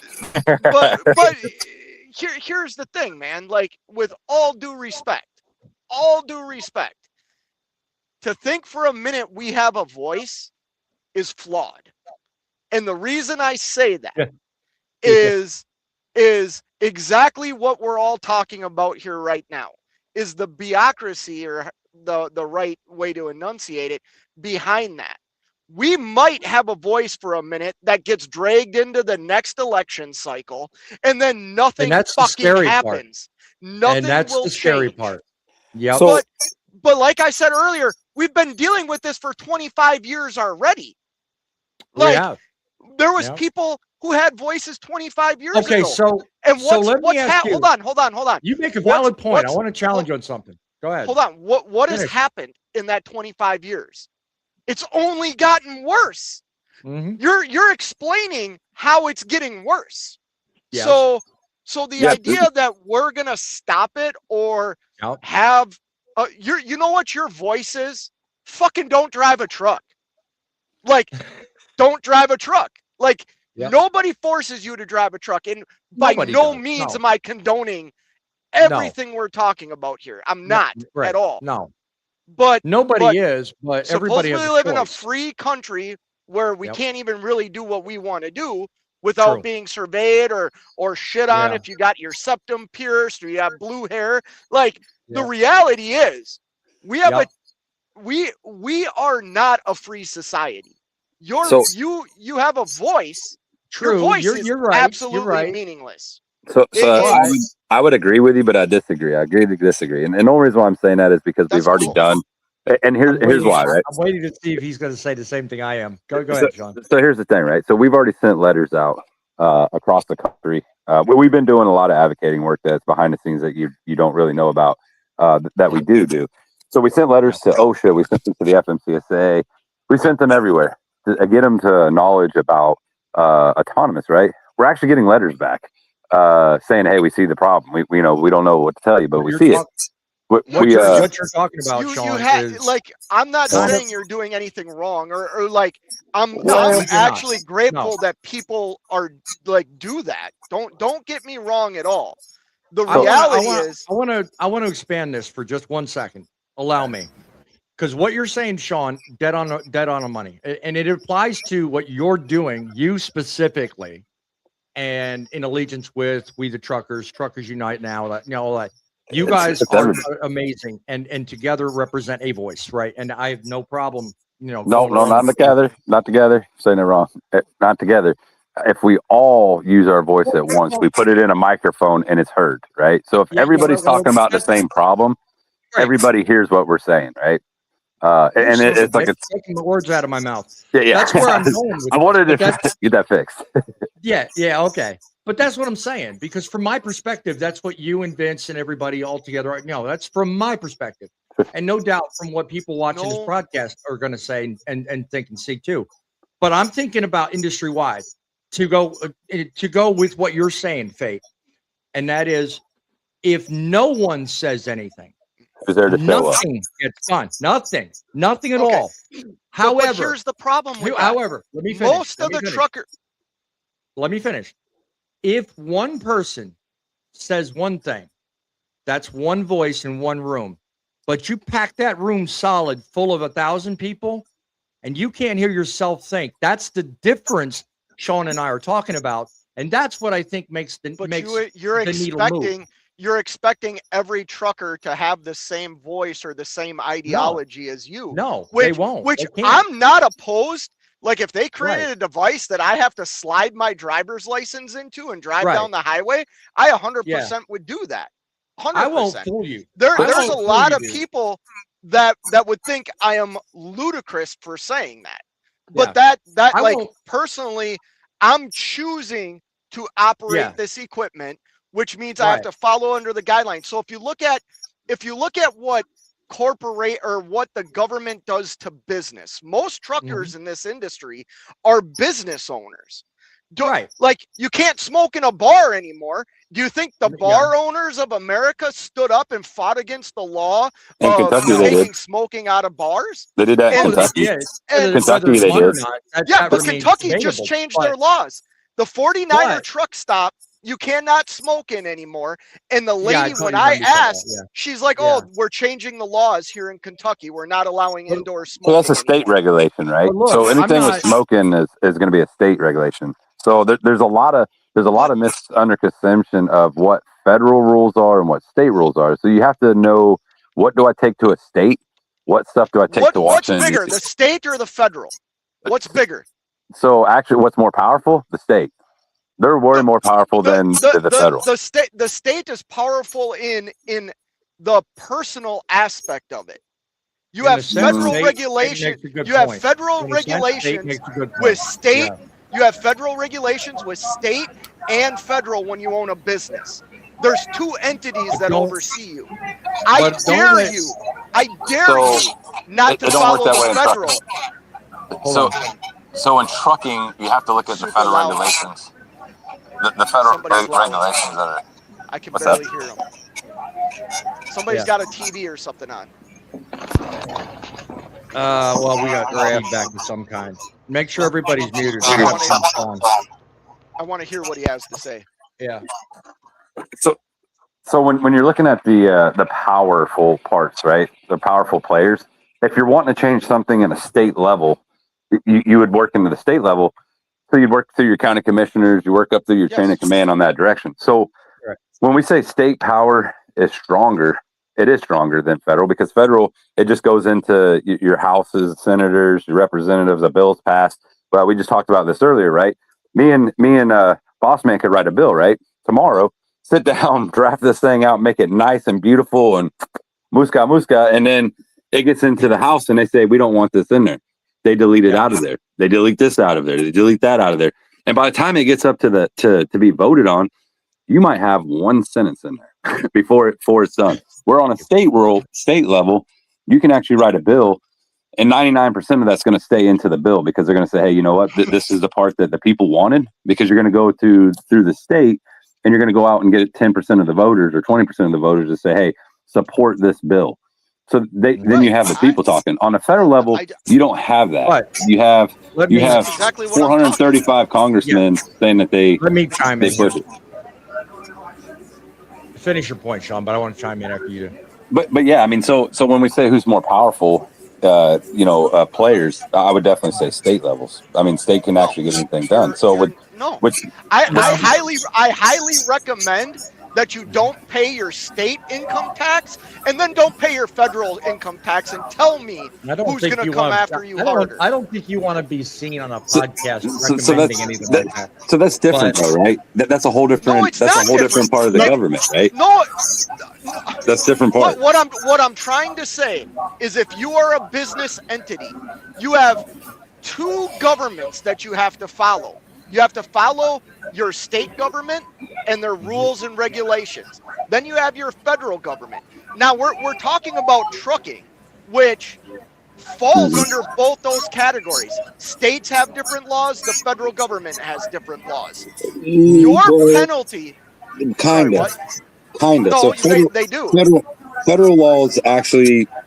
They write the rules, right? And they say, hey, states, we want you to adopt this law in your state. So federal really don't have too much to say in trucking, and that's the problem that we're having right now with the FMCSA. Is they're saying, hey, our hands are powerful than any state, and it's not. They're finding out that they are actually got no power at all, and they're trying to use laws from '86 and to try to. You want to know? You want to know where the government has the actual power at? Hold on. Government has the actual power Personally, I'm going to take back my show because you guys are raping the show. Let me tell you something. I partially agree with, not to cut you off, Griff. I partially agree with Fate, but I also partially agree with Sean, because on the one side, Sean, you're right. When it comes down to whether or not the federal government has the right place, You're right. The FMCSA doesn't do enough, and they can't do enough because their hands are tied. And if you want my opinion, I frankly think the federal government needs to actually do more control within trucking in terms of who gets in and who gets out and what rules actually say how to get qualified and do the job. As far as your argument, Scott, yeah, states, they should do more to control within their borders and what happens in their DMV offices. So to answer your question, yes, you're right. The states do have a lot more power and a lot more control, but they're not exercising it. That's the problem. We got too many people walking in with these CDL mill generated freaking signs that say they passed some tests and they're getting a damn CDL when they shouldn't even be walking into the damn place to start with. What do you think the percentage of that is? So it's 27 states right now. Low. It's probably low, but even one is enough. One will kill just as easily as a let me ask you this question. So 27 states are suing the federal government right now, as of today. 27 states are exercising their rights to say, we were not going to give you, the federal government, your CDL and your social security number. So I think the more we talk about, so the more you talk, it's their constant, it's the constitutional right that the states have power. So, so would you agree with me on this? People talking about the level 8 inspection. It's showing the states that they live in. Somebody's going to watch this video and they're going to say, hey, you know what? Did our state give our license information out? Wait a minute. You're going to wake up more people and more people. And the states are right now saying, hey, we need to exercise our rights more than what we have been when it comes to this trucking stuff. I with that. So the more you speak, the more voice you put out there, the more power, the more amps into a speakerphone, you're going to get people waking up and talking to the right people. And all it takes is one. There might be somebody in this live tonight that's watching us saying, wow, wait, Alabama, are they one of the 27 states? Why did they give my information to the federal government? So this is how I say the power is within the person, not the government, and then not into the state law. The real power is the voice of the people. Yep. I don't like I stated a minute ago, for a lack of better term, like my political affiliation, I could not agree more with you. I think we've lost that in this country where, for a minute to think that at a state level, that's why we're having these conversations right now. States have said, no, we're not following these rules. Okay, all of us in here probably want everybody to be legal in truck driving, right? I can just assume everybody in here stands on the same board that everybody should have a verifiable CDL, correct? Correct. Or hold a CDL. Right. How do you do that? How do you verify somebody's CDL? Do you have a couple of day waiting period? How do you tell farmers they can't hire 18-year-old kids to drive without no CDL in most states? They have an agricultural exemption for that. I see you backstage. I'll bring you up in a minute. The states make that law, allow that to happen. There we go. So what about the flock cameras right now that you see that are being taken out of cities because people are standing up saying, "Hey, what we don't want it." What I'm saying is, if you want that, right? If you want your CDL to be controlled by a state that has to verify it and say it takes a couple of days, why don't we have 2-day gun laws then? Why are you able to walk into a store and purchase a gun the same day with no verifiable proof that you're gonna a law-abiding person? Mm-hmm. Well, because it's a constitutional right. It's a constitutional right. It's like a TWIC card when you go down to the port.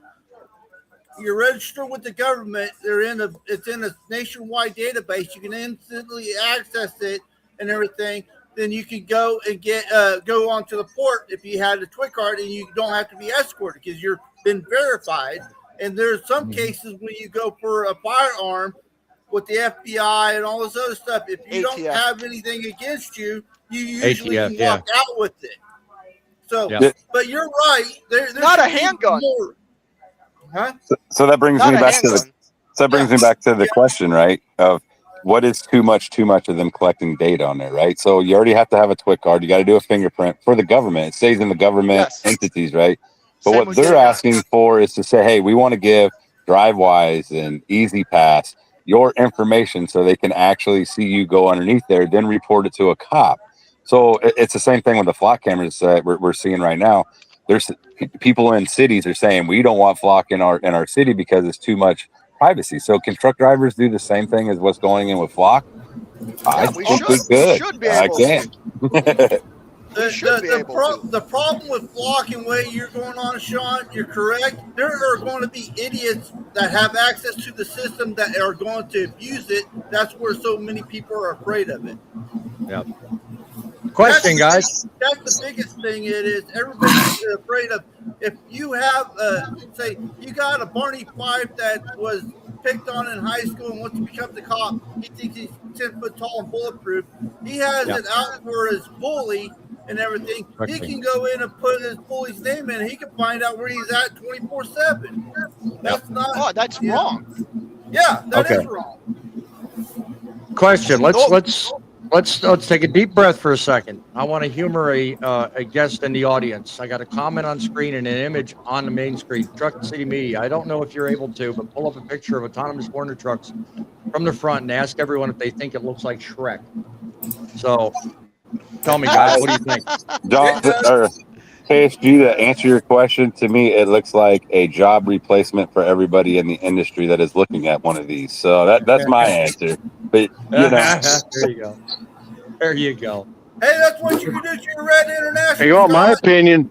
You want my opinion? It looks like a bunch of Smurfs on wheels. Really? All right, guys. I gotta go to bed because somebody's got to wake up and make a delivery on time tomorrow. Well, it won't be you.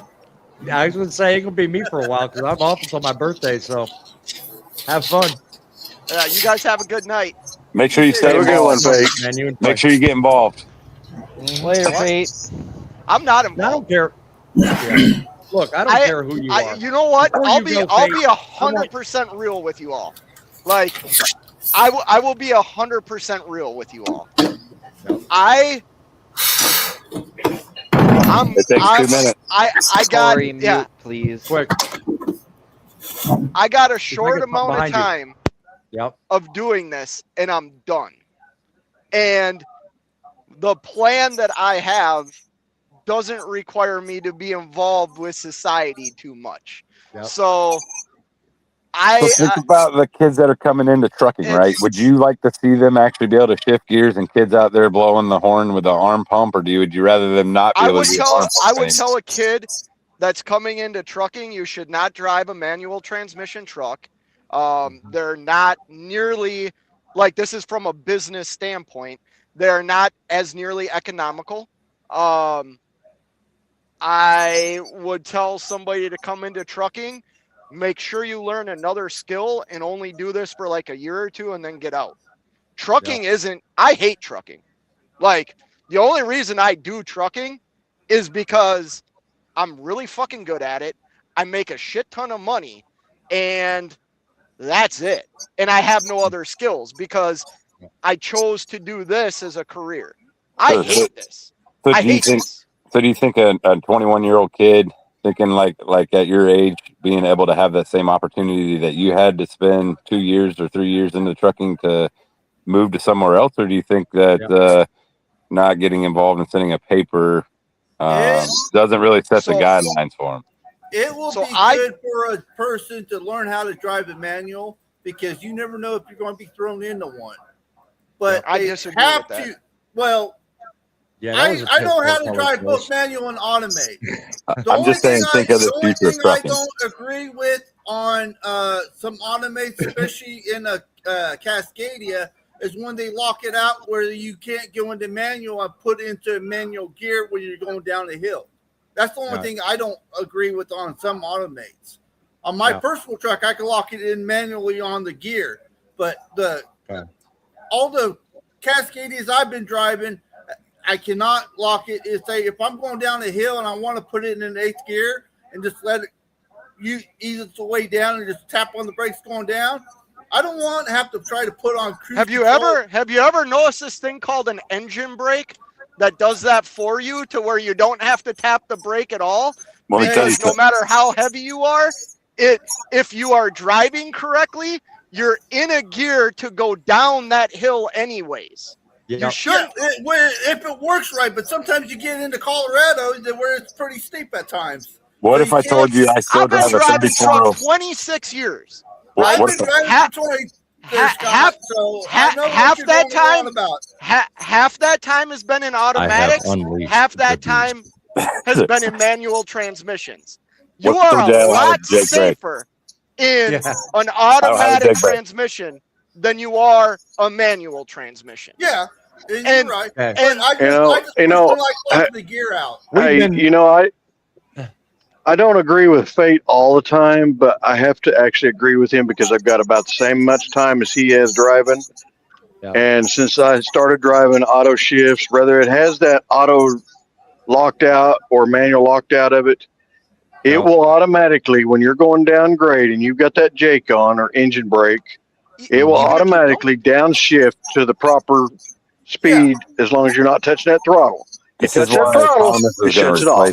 But the reason why I mostly complain is I got in trouble so many times through going across Interstate 80 where the speed limit's 75, but the company's at 68 on their speed. I get in trouble for just going down the hill, and I don't like riding the brakes going down the hill. That's the only thing I got to complain about that. So I nobody does. I still drive a 3406B with no Jake brake on it, right? We have 5 trucks. I'm going to take back my show because you guys are talking like it all depends how you drive the machine. You guys are talking like I'm about to hit some buttons here, and I don't want to do it.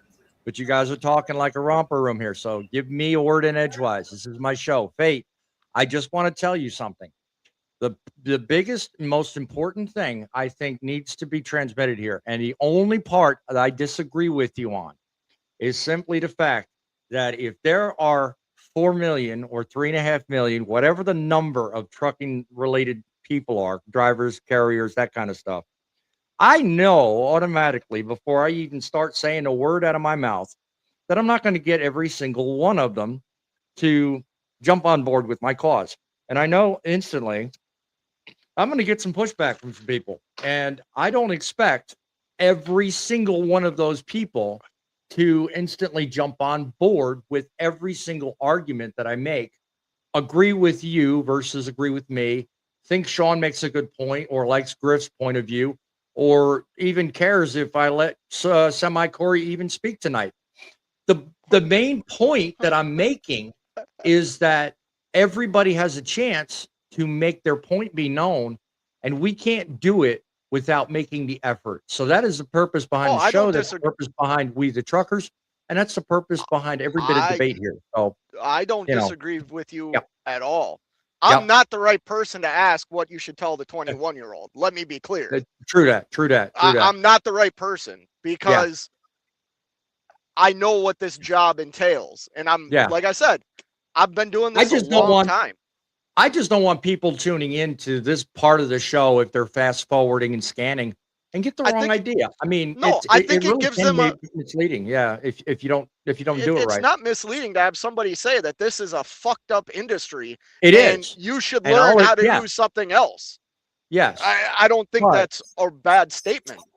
I also want to frame it correctly too, because I can sit here all day long and show, all kind of images about truckers taken back, but then I can just as quickly take that image down and put this up and joke about Shrek and make us look like shit. I mean, it's all in perspective, and it doesn't matter how fast you do it or what way you do it. It's just what people see when they come into a place or even a conversation for that matter. So, and that's what I want to be careful of. I mean, I'm not sugarcoating anything, but I'm certainly not going to, go out of my way to make it seem like something it's not either. So that's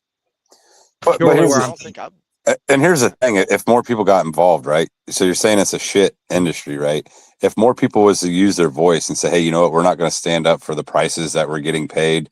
We're not getting this. We can make this industry one of the back to where it's supposed to be at, where we're all getting paid the fair amount, and we make it great again for the next generation. It's our opportunity to leave what we found better for the next people, and we had that in the past to where the older generation said, hey, you know what? We're jumping out of here because they're pushing ELDs. That was the major in history. More truck drivers quit when ELDs came out than there ever has been in history at one time. So, now we're into this system and it's like, how do we fix it? How do we get the problem solved? It's smart-minded people, critical thinkers looking into how to fix it, right? You put educated, you put the right players in the right spot at the right time, you will get change. And it's all about getting involved in talking. Wait a minute. John, I don't glad you joined us. Go ahead. Can I say something to him? Go ahead, Faith. Real quick, and then I'll be done. Go ahead. I don't disagree with anything you just said, but like the idea like this, listen, people talk about pay in trucking all the time, right? And you just brought up, oh, get pay up, do that. Like that is 100% like an individual thing, in my mind. I don't feel like over my 26-year career, I have ever been underpaid in trucking, right? I own a house, cars, cabins, other properties. Like, I don't feel like I ever got underpaid in trucking. Now, somebody that worked right alongside of me when I was in the union thought we were underpaid. Well, that was because he was horrible with his money. That's not an industry. I think a lot of the problem with pay in trucking is an individual problem, not the pay. See, and this comment on screen perfectly demonstrates what I was talking about a minute ago. We the truckers seems to interpret your response and your talking as if you hate trucking. And I most certainly do hate trucking. He said it. What are you talking about? Well, I hate everything, dude. Well, then here's the no-brainer question. I think I explained why I'm doing what I do. I caught it. I make a shitload of money. I am independently okay. Well, and I get that. So you make the decision. You want the money, or do you want, do you want the other He's in it for the business. He's a businessman. He's in it for the business. He's in it for making money, and he's very smart about it. I know this. We know this. I'm sitting here busting his balls over it because I know exactly what he's in it for. I make more money than the guy sitting to the left of me and the guy sitting to the right of me. Why? Because I'm better than they are. Well, you're like to say something. Being a punch bag though too. Everybody picks on you. Yep. I'd like to say something to this. I know you don't. Please do. Hello. Go ahead. Hey. Yeah. I came into this industry. I was 21 years old, and I wanted to be a truck driver because I enjoyed driving. I enjoyed seeing things. I enjoyed being around people and talking to people. I knew there wasn't a lot of money in it. There could be money made, yes, but you're not going to get rich overnight, as a lot of people think coming into this industry. It's never going to happen. Someone with your skills and your abilities, Scott, you've been working at it for years. You're an owner-operator. So, yes, you know the ins and outs and the perks of knowing what to do to run your business and make money. And I don't bash you at all on that. That's why you're still in it. If it wasn't for the fact that you didn't know what you were doing and you were losing money, then you would wind up giving it up and saying to hell with this.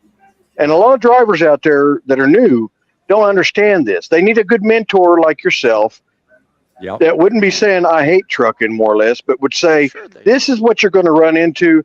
This is what you're going to have problems with. This is what's going to happen if you decide you want to buy your own truck.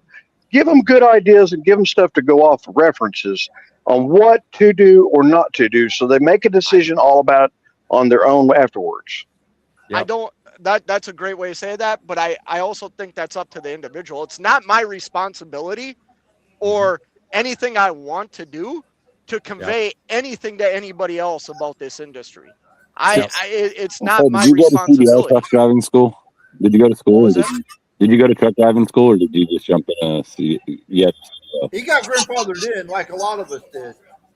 I didn't go to truck driving school. No, I worked for a company that I got my CDL through. Yeah. So would you say it's fair? He got properly trained. Would you say it's fair? We know what Warner's paying right now as a newbie coming into the industry. It's about 58 cents to 60 cents a mile as a newbie. So you're making $60,000 a year. Yeah, so we take a veteran and we put him into that position, and we say, hey, can we get him more money? What? So we put a veteran in Warner's truck. He gets 60 cents a mile.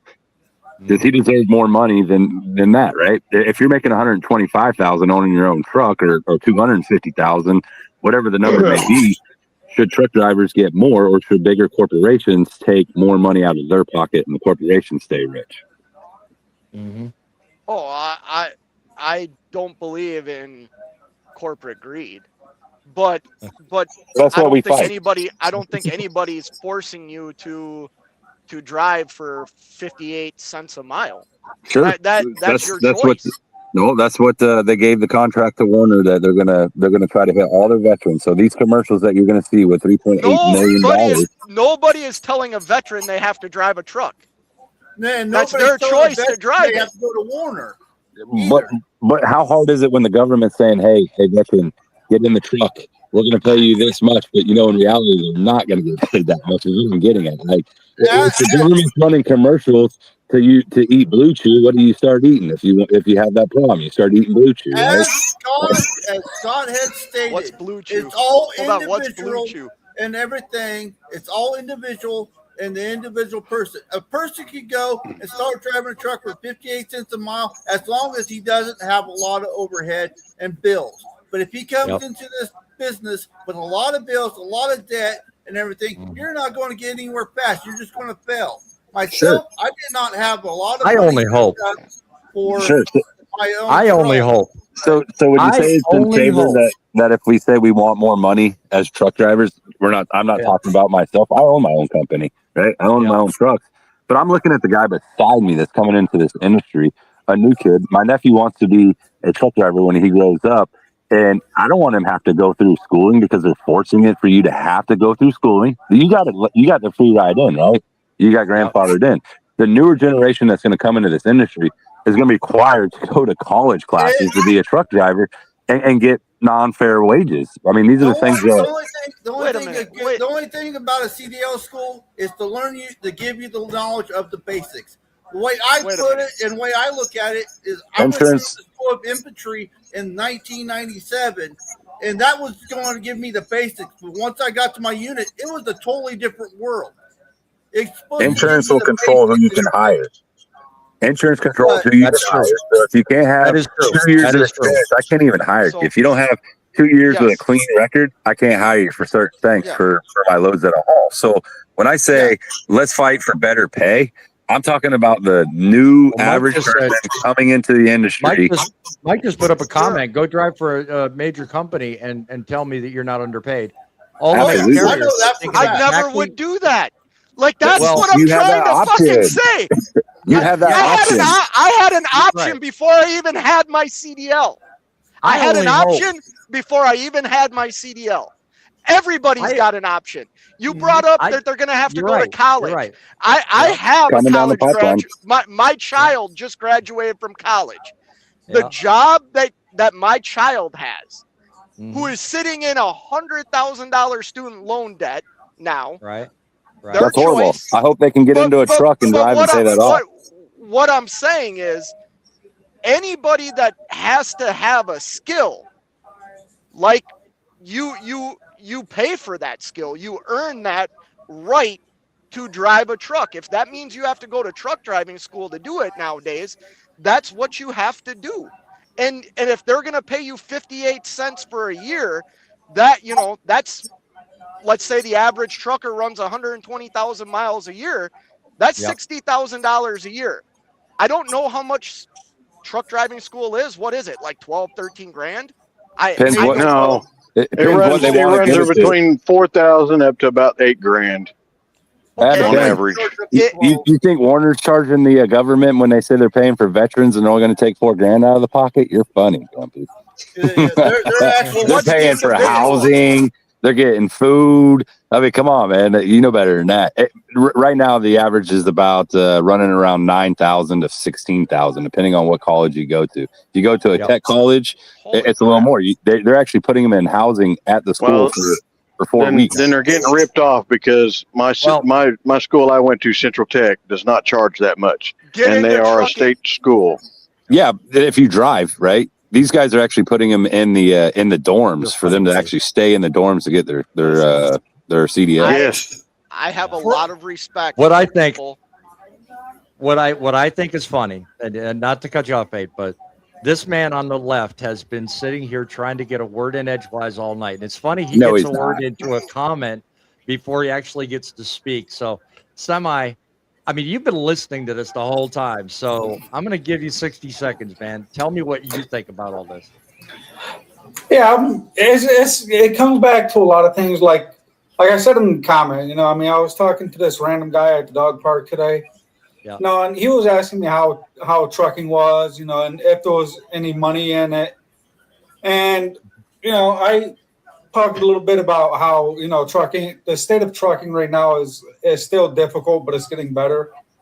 And he asked me, I mean, do we have a union? And I had to say, most of us don't.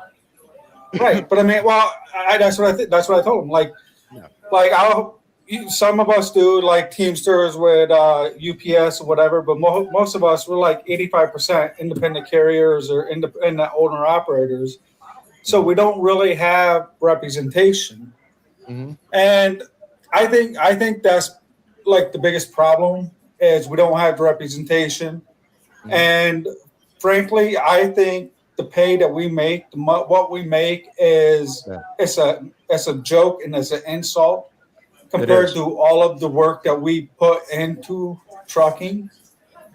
And do you see personally what we the Truckers Unite Now, what Sean's talking about? Do you see that as a plus, a good thing, or do you see that as like everybody else that says that I've run into? Now, I'm not talking about everybody on the panel. I'm excluding you from this, but it's just a lost cause. Why bother?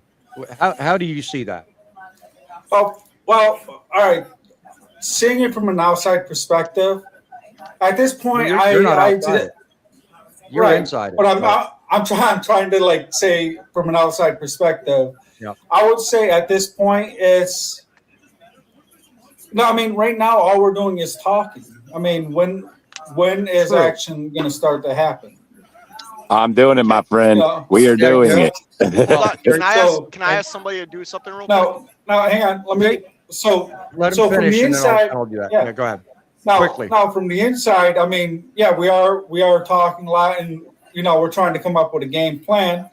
So I'm saying that on the inside, but then I mean, to get the attraction, we need to show more. We need to show the outside what's going on the inside, and just don't tell Vince. You're talking. I get what you're saying, Semi, but you're kind of talking in circles. Go ahead, Fate. What do you want to do? Who's got something they can Google with real quick? Who's got a Google machine that they're not using for this live stream? What do you want to Google? Google the average income in America. All right, hold on, give me a sec. And tell me what it is. I'm going to guess it's middle class what, 64,000? HydroStream, 1972, last state for smoking in restaurants. What? Indianapolis. Good fact. I didn't know that. No, I want to be clear about something too. Yeah. Go ahead. Hopefully I've been clear enough. I 100% support like what Sean's doing and stuff like that. I'm the wrong guy to like teach. I'm not. Do you want the average individual income or family income? Yeah, that's what I was gonna say. It's gonna be hard. Family income's probably gonna be in the upwards of like 105,000. I got a feeling, maybe. No. Not even close. $83,000 for a family annual income. Okay. Individual income is 64. Okay. And Warner's gonna pay 58 cents a mile for a new driver, and that driver doesn't get paid enough when they're right at the average pay of Americans. You're looking at an average. You're looking at an average that somebody like working at McDonald's being home every night. A truck driver is a high risk paying job. Wait a minute. You should be paid to be in your truck while you're not driving it. And you're sitting at a stripper. Why not? You're good.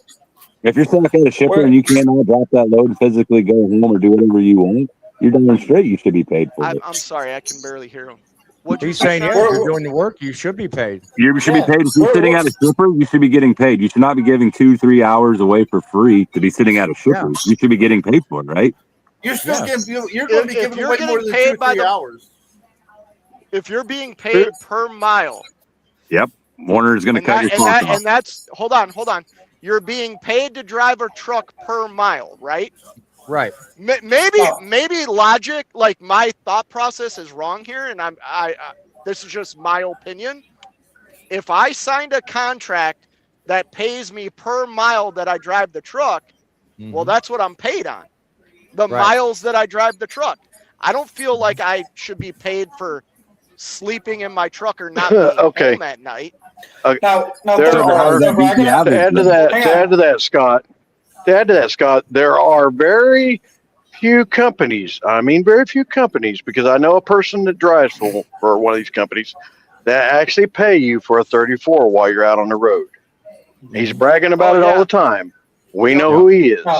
Yep. Mike says you compare an apple to a grape, so be careful, guys. Yeah. I mean, when it comes down to it, what Sean's saying is true. When you're talking about getting a load and getting paid for the load, and you don't factor in the fact that you're going to be sitting somewhere for 6 hours waiting, that falls on you. I mean, the detention.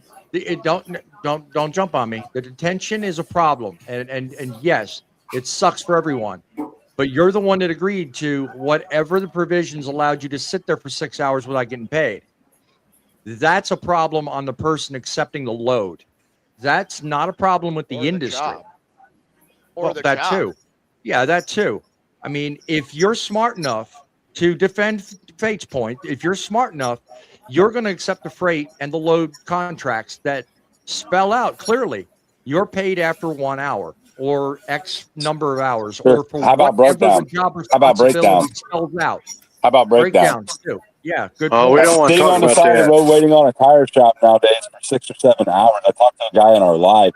He was sitting for 12 and a half hours waiting on one truck stop to change his tire. You think he got paid for it? Yeah. Hopefully he did. If he didn't, he shouldn't work for that company. Yeah, Grumpy. Tell him about. You think Warner's going to pay you that? For 2 days. I don't know. I worked at a company that I wound up. I was broke down more than I was driving. I always had to go in and have things fixed. And breakdown pay really sucked with them. $100 a day. That's it. Yeah, I know people that are spending more than that to eat a day, Grumpy. You got a point. He says you can't enough. compare us to the average worker because we work twice as much. Yes, but why is that? You work on a you're technically working 14, like you have a 14-hour window to work in, right? Technically you're working you're working more than your 70-hour clock. Boy, can you look that up to see if that's on a 40-hour base income? That's 60,000. I bet it's going to show you that's only hang on 1 second. Does somebody got us on another? Does somebody have? Somebody have us on another device? Let me be clear. I've never worked for Martin or whatever we're talking about. Warner. I don't. And that's what I'm trying to tell you, though. I've never worked for a shitty company. Yeah. Does somebody have us on another device playing through YouTube right now, because it's echoing back on everybody? I'm getting feedback. That may be on Semi, because he's the only new guy that joined us. If you do, please mute that device. Yeah, it's not me, bro. Yeah, I got everything closed out except for the StreamYard. Okay. I mean, if there's drivers that are getting like not paid to be broke down, and like that's horrible. And yeah, fight for that. Like, yep. I 100%. There we go. That's what we're fighting for. That's what we're fighting for. That's what I'm trying to tell you. There's things that people don't see. And no disrespect to you, but you're focused on you, right? You're focused on, hey, I got to get my money to get my end result. I got to get my gold. I got to hit this every week to get that number for me, right? Right. But then we don't look at people that are getting advantage taken of, right? We're veterans that are trying to come into our industry to make a living out of it and getting false promise. I agree 100%. Fake promises saying, hey, you're going to get $100,000 a year. but we know the facts are not there. So do I want to stand to help support those guys to be able to come into this industry to support and feed their family? Absolutely. And we all can do that at once. I want to make sure I just heard you right. Somebody told a veteran they're going to make $100,000 a year starting Six figures. Yep. That's That'd be your fearless leader. That's a lie. Yeah. That's Sean Duffy. we watched the video 3 weeks ago, man. It was horrible. The comment on screen, Mike from We the Trucker says if McDonald's employees can raise Cain about not making enough money, then we as truck drivers should get paid better too. Okay. Absolutely. I want to add to that, boss man. I want to add to that, boss man. He brings a good point, but if you will look back, the wages with McDonald's and all these other fast food restaurants, they did that during the pandemic time to keep people working that wanted to live off of the damn unemployment, because they had all that free money coming to them. No one wanted to work. So they said, okay, we're going to pay you $17 an hour to come flip burgers for us, which in turn comes back on us as the end user that goes to buy stuff from them and costs us more in return. But the price of shipping has never, pricing and shipping, if you talk to the old school truck drivers. We are one of the top 10 dangerous jobs in the country that should be worth more than we currently get paid. So yes. So if you talk to old school truck drivers, they're saying back in the 60s and the 70s they're making what we're making today. And here's the problem: who's actually keeping the money? Is it shipping? Because the price of products have gone through the roof. Everybody can agree on that, right? Look at a gallon of milk. Look at the buying clothes. If you got any kids in school right now, the average person just dropped about at least $2,000 to get their kid to school by buying new clothing, book bags, the whole 9 yards. But our price of wages for trucking has not went up where it belongs to be, right? Yep. If we look Mike at the says minimum wage is and has always been a joke. It doesn't even keep up with inflation. Absolutely, it doesn't. And to me, if you look at the products for what it costs that they're making compared to shipping, absolutely, can they go up? Yeah, and not even mess with the inflation that's already inflated. I have a quick question, real quick. Go ahead, Griff. I wanted to ask both Scott and Bossman, which method are you running on? Are you running for your truck by mileage or by day rate? What is your goal for that? Neither. You know what's sad? If you look at autonomous, it's going to be 85 cents a mile for them to pay for the technical stuff to use. Sean, wait a minute. What are you getting? Hold on. What are you getting at, Griff? Why are you asking that question? Well, earlier we were going on about detention and getting paid for it or whatever a little bit. Right. And some people try to go by the mileage. So if I remember right in the past, Scott, you've got at least $3 a mile in a year pretty easily, and that's how you wanted to run your business at stuff and everything throughout the year. Then sometimes, but I've also heard people where they got to make at least $1,000 a day to break even, whatever, keep the summarize your point within one sentence. What is the basic thing you're getting at? Because you're all over the map here. Because you can't conflate $1 per mile rate with what you actually feel is a livable wage. The two aren't the same. Okay, it depends on what your overhead is, but my personal opinion, between $3 and $3.50 a mile, it should be what you should get on average now for most freight. It don't matter where it's What if I told you somebody could pick up the same load you currently get for $5 a mile? Yeah. And make less money make less money than you. I know, and that's called contract freight in a way. No, that's called poor business management. The point I'm making, and to answer your question originally, I don't work on a mileage basis. I work on a load basis. When I accept a load, I see what the gross pay is. I already know what my net's going to be before I even take the load, before I even sign the contract. Otherwise, I don't take the load. Well, which is a good call on that. I know what Griff's talking about because I used to share my numbers online, right? Okay. So then go ahead. He's breaking down a yearly recap of what I did, where every mile I turned in that year, I had a revenue of $3 and I think it was $3.21 per mile.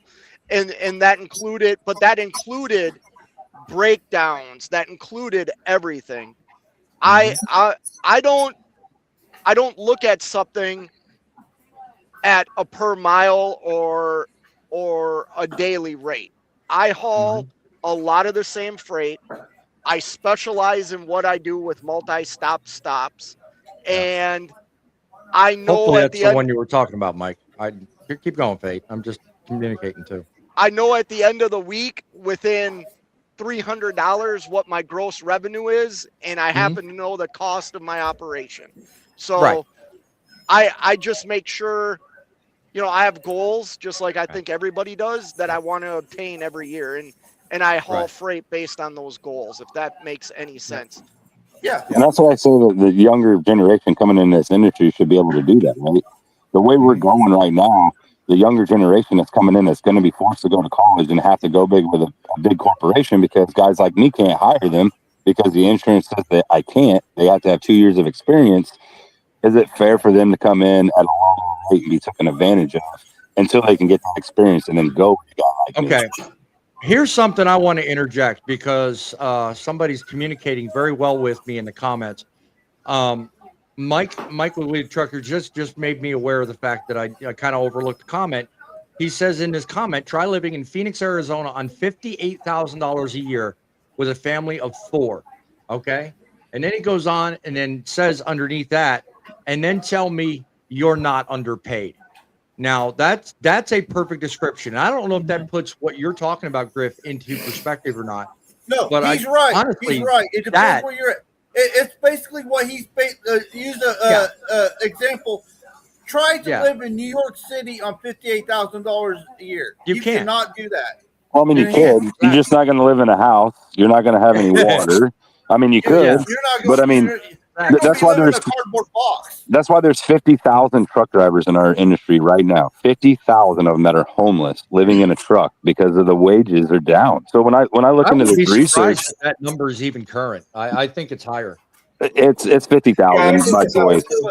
It's right at 50,000. But here's the problem though.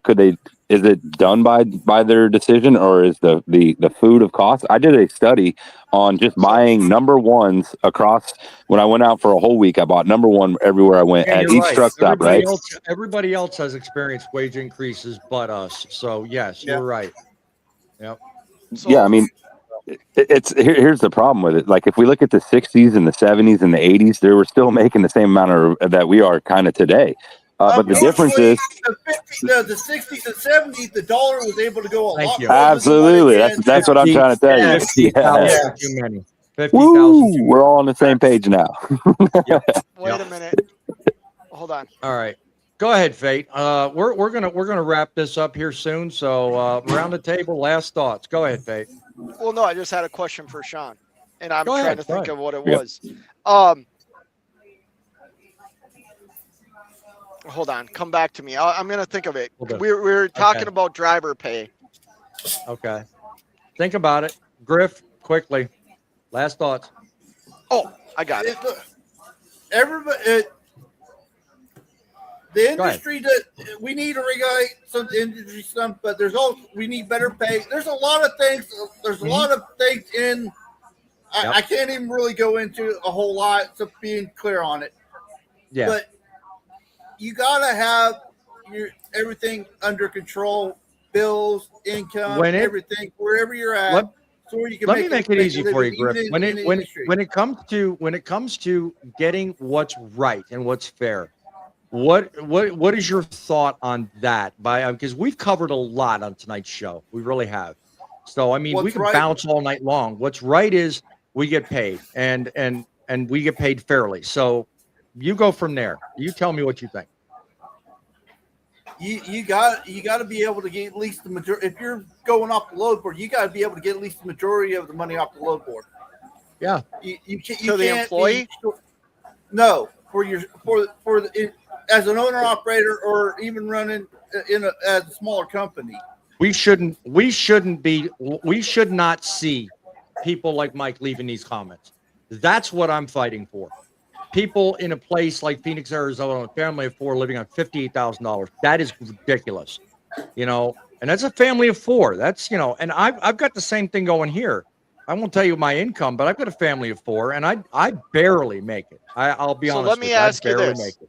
Let me ask Pete. you this, and this is kind of directed towards Sean, right? Okay. Challenge so accepted. I've had it's not a challenge. It's a question. Because I don't want to get too personal. Remember, we're wrapping up. Trucking, so on my trucking stuff, right? So I owned another business, right?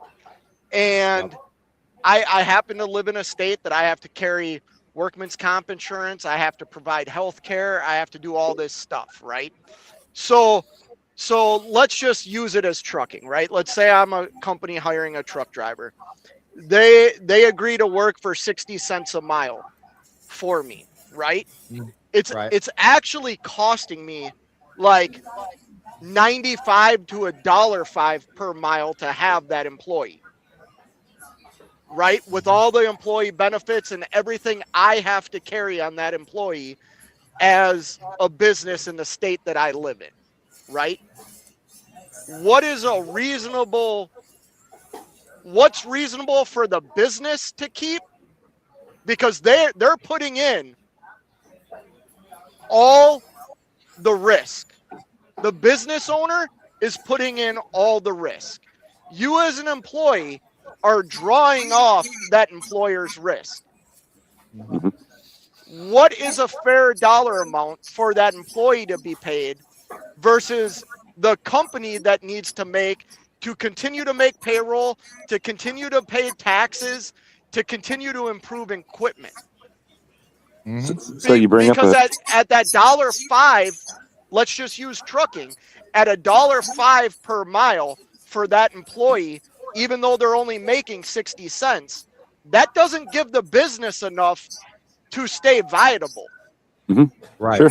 And they don't. And here's the thing. That's why I'm saying, when I say better pay, I'm talking about all across the board. So if we look at the inflation of how much things are cost versus what it's costing for shipping, if you go back in the day, I want to say it was about 15% of whatever you were that you were making in product. They took 15% of that and put it aside for shipping.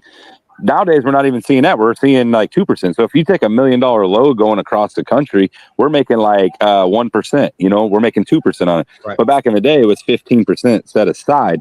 So now, if you was to get that average back right and get that 15% back, you would be able to take that extra cost and keep yourself afloat, plus give it to your drivers. So it's not a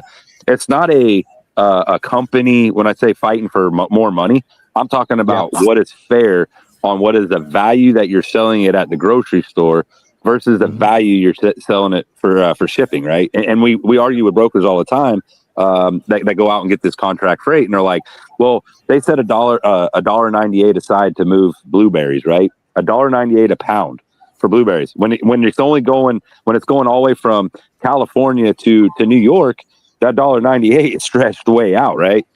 Somebody's putting more money in their pocket. The consumer is not getting that break. Whoever the farmer's not getting that break. Who's the one that's getting all that money and putting in their pocket, right? So those are who we should be going after. I can actually address that a little bit because, like I said, I owned another business. I know, how do I say this without giving away too much detail? On some things, the revenue that you think is there isn't there. So let's say I'm a broker, right? And I do all the legwork to find the loads that you're going to haul, Sean, right? I found the customer. Sean calls me. Sean can give me 2 trucks a week. I got 2 loads a week. And I'm going to pay Sean $4,000 to move that freight. The load that the shipper's paying is $4,200. So I'm keeping $400 a week off the freight you're hauling. There isn't much more to give, because my time to find that freight for you to haul, it might take you 12 hours to do the delivery. You know what I mean? It took me a year and a half to get that load for you.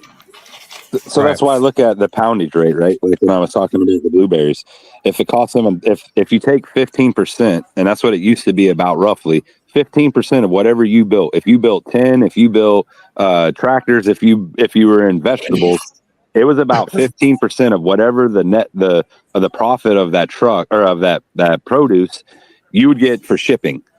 It's not even that now. Now most of this is 1% to 2% margin. They're saying if it costs us $1.25 to build that product, we got to make 10 cents to get that for the truck to ship it.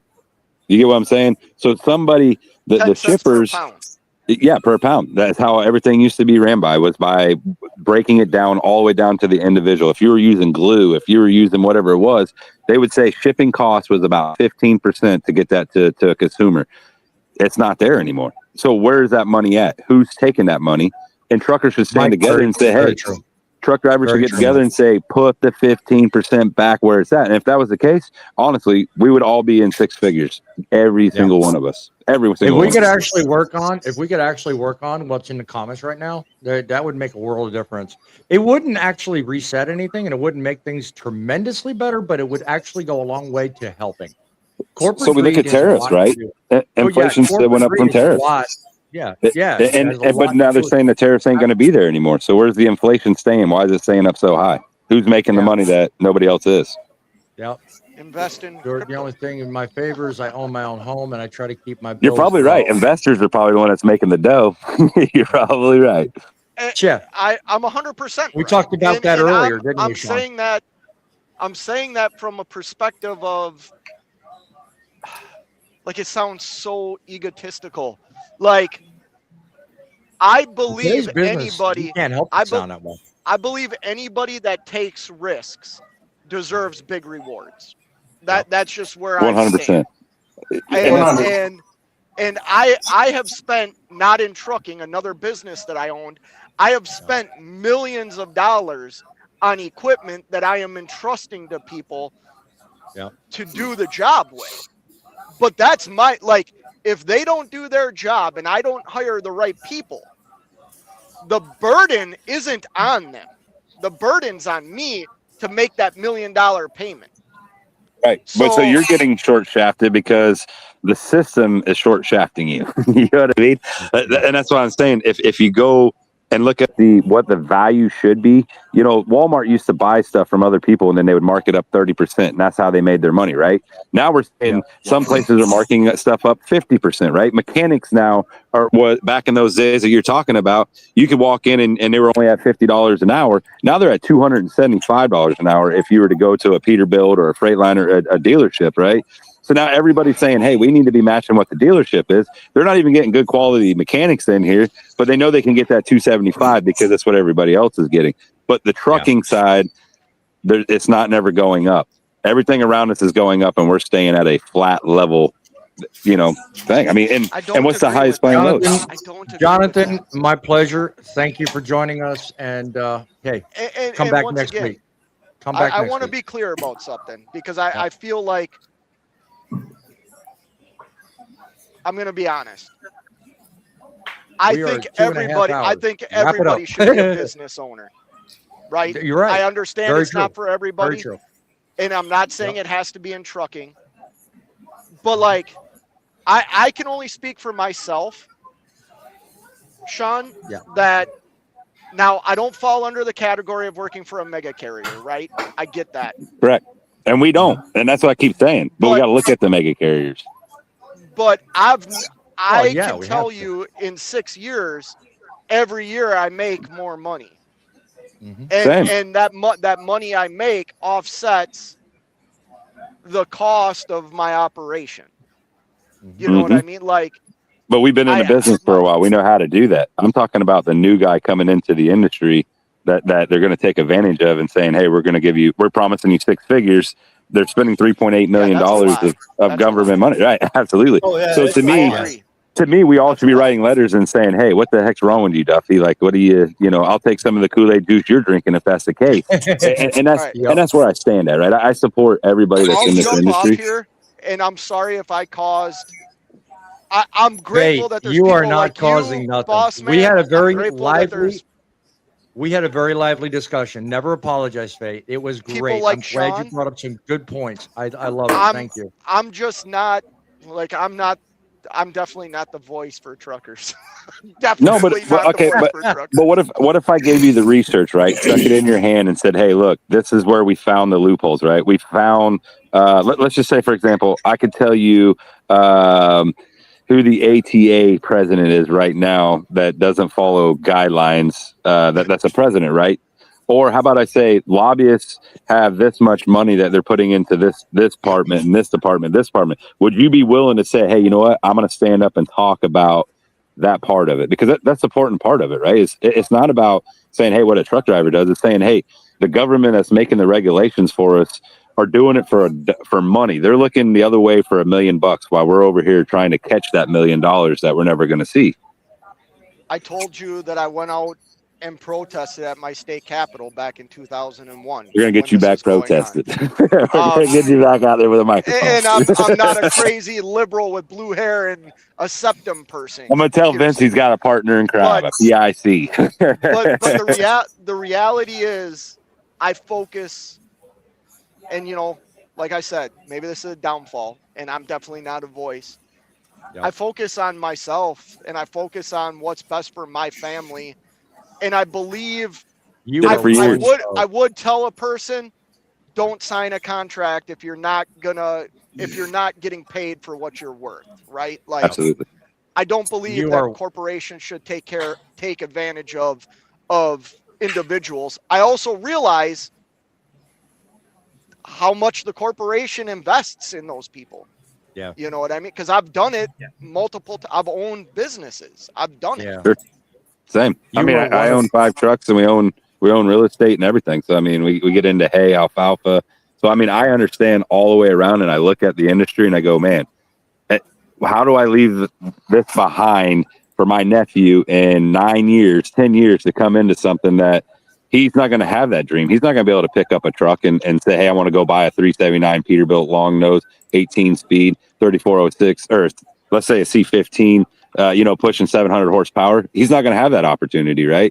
And trucks these days, they're going for $200,000-$300,000. How is he supposed to put a down payment on it, right? So my thing is one of two: bring our pay up, or bring back down the wages, or bring down the material that we have to use to drive. He doesn't have a future right now. If I don't fight for him, he ain't going to get in a truck. He ain't going to be able to afford it. I can get on board with that. Hey, Sean, I have to agree with you. All right, guys. So if they want to keep truck prices as high as they are right now, they should make a better quality. I will pay $200,000 for a good quality truck that will run for a year. Not get it. You have to do basic maintenance, but I'm not spending $250,000 for a truck that I just drive off the lot and it breaks down on me. And it happens all the time. Yeah, I've seen them where they go 10, 20 miles down the road and it's broke down for a week, and I'm like, and weeks. They ain't got because they're bringing out this new technology, but yet the workforce behind it to support, paying for all, or to fix all these electronics, it's not there. So why did we advance this far in our industry to say we're going to fix it when we ain't even got the parts here, right? Look at the coronavirus time, right? There was trucks after trucks that were shut down everywhere because they couldn't get a computer out of China. And it's like, wait a minute, guys, if you're going to allow the industry to say we're going to make it fall apart, don't be pushing at the driver saying, well, it's a driver shortage, it's a driver's fault. No, look at the mechanic skills, look at the stuff that we're driving on. Now let's see if we actually have a driver shortage, because if a truck driver could stay running all week long without a breakdown, we can move trillions of pounds in no time. But the technology and what they're bringing into our industry, we just can't work with it. And that's where we need to be having our voices heard and saying, hey, enough's enough. And this is our industry, not their industry. It's our industry. We are passionately having a discussion tonight, 2 hours, 38 minutes long. It is longer than any show I've ever done. You guys are excellent conversationalists. Let me give everybody last thoughts real quick. Grumpy, your thoughts on the best ways to move trucking ahead and make it something worth fighting for in terms of everything we talked about tonight. What do you got to say? Well, I'd have to say, if you're coming into the industry, definitely do your homework on it. Try to get with some drivers that's been out here a while. See what their opinions are. See what their thoughts are. Learn from your elders that are drivers, been here for a while, and then make a decision. And if you don't like it, then make sure you got something you got a backup plan for. Yep, definitely. Semi, you got about 20 seconds. Give me your thought. Oh, in respect to these trucks, I mean, we got to take these Tupperware torpedoes. We got to strip them down back to the basics, so that they're more reliable. And we gotta have more broker transparency. And we gotta figure out a way to put boots on the ground and start making the independents and owner operators. We gotta make their voices heard. And we gotta let their struggles be known to not only the industry but to the world. Okay, quickly, Griff. Just keep your nose to the grindstone, stuff, and just try to survive. That's the best thing I could say. Yep. Sean, 30 seconds, man. Wrap it All up. right, man. Well, you heard it right here tonight. Go over there to We the Truckers, support them. You'll see me on that website. All I can say is let's get together. Let's join together. Let's get our voices heard. Let's put all our voices on a microphone and let's send it with all the magnitude that we can send it to Washington, D.C. to say we have a problem in our industry and we are going to fix it together. Put us out there in the spot where we need to be at. Put us in Congress. Put us where we want to be at to fix this industry. Let's stop making people that's getting millions of dollars making it a rule for us that doesn't even affect them or has ever even lived the lifestyle we have. So hear it from the trucker's voice. Stop hearing it from the $1 million people that are putting money in their pocket. Amen to that. Well said, if I do say so myself. Let me tell you something, guys. Trucking's not easy. We sweat, we work, and there are people out here looking out for you. We the truckers, we're trying to look out for everyone and help this industry. Most of the advocates and websites are well off financially, but they're still trying to help this industry. It's a problem, and I want to see if she finishes it next. It's in every business, basically. Trying to get your comment in. Look, follow us every week, Truckin City Media, 9 o'clock. Sundays, Frontlines. We're looking out for you. Remember, it's the trucks that make the deliveries, but it's you that make the difference. Till next week, keep it rolling.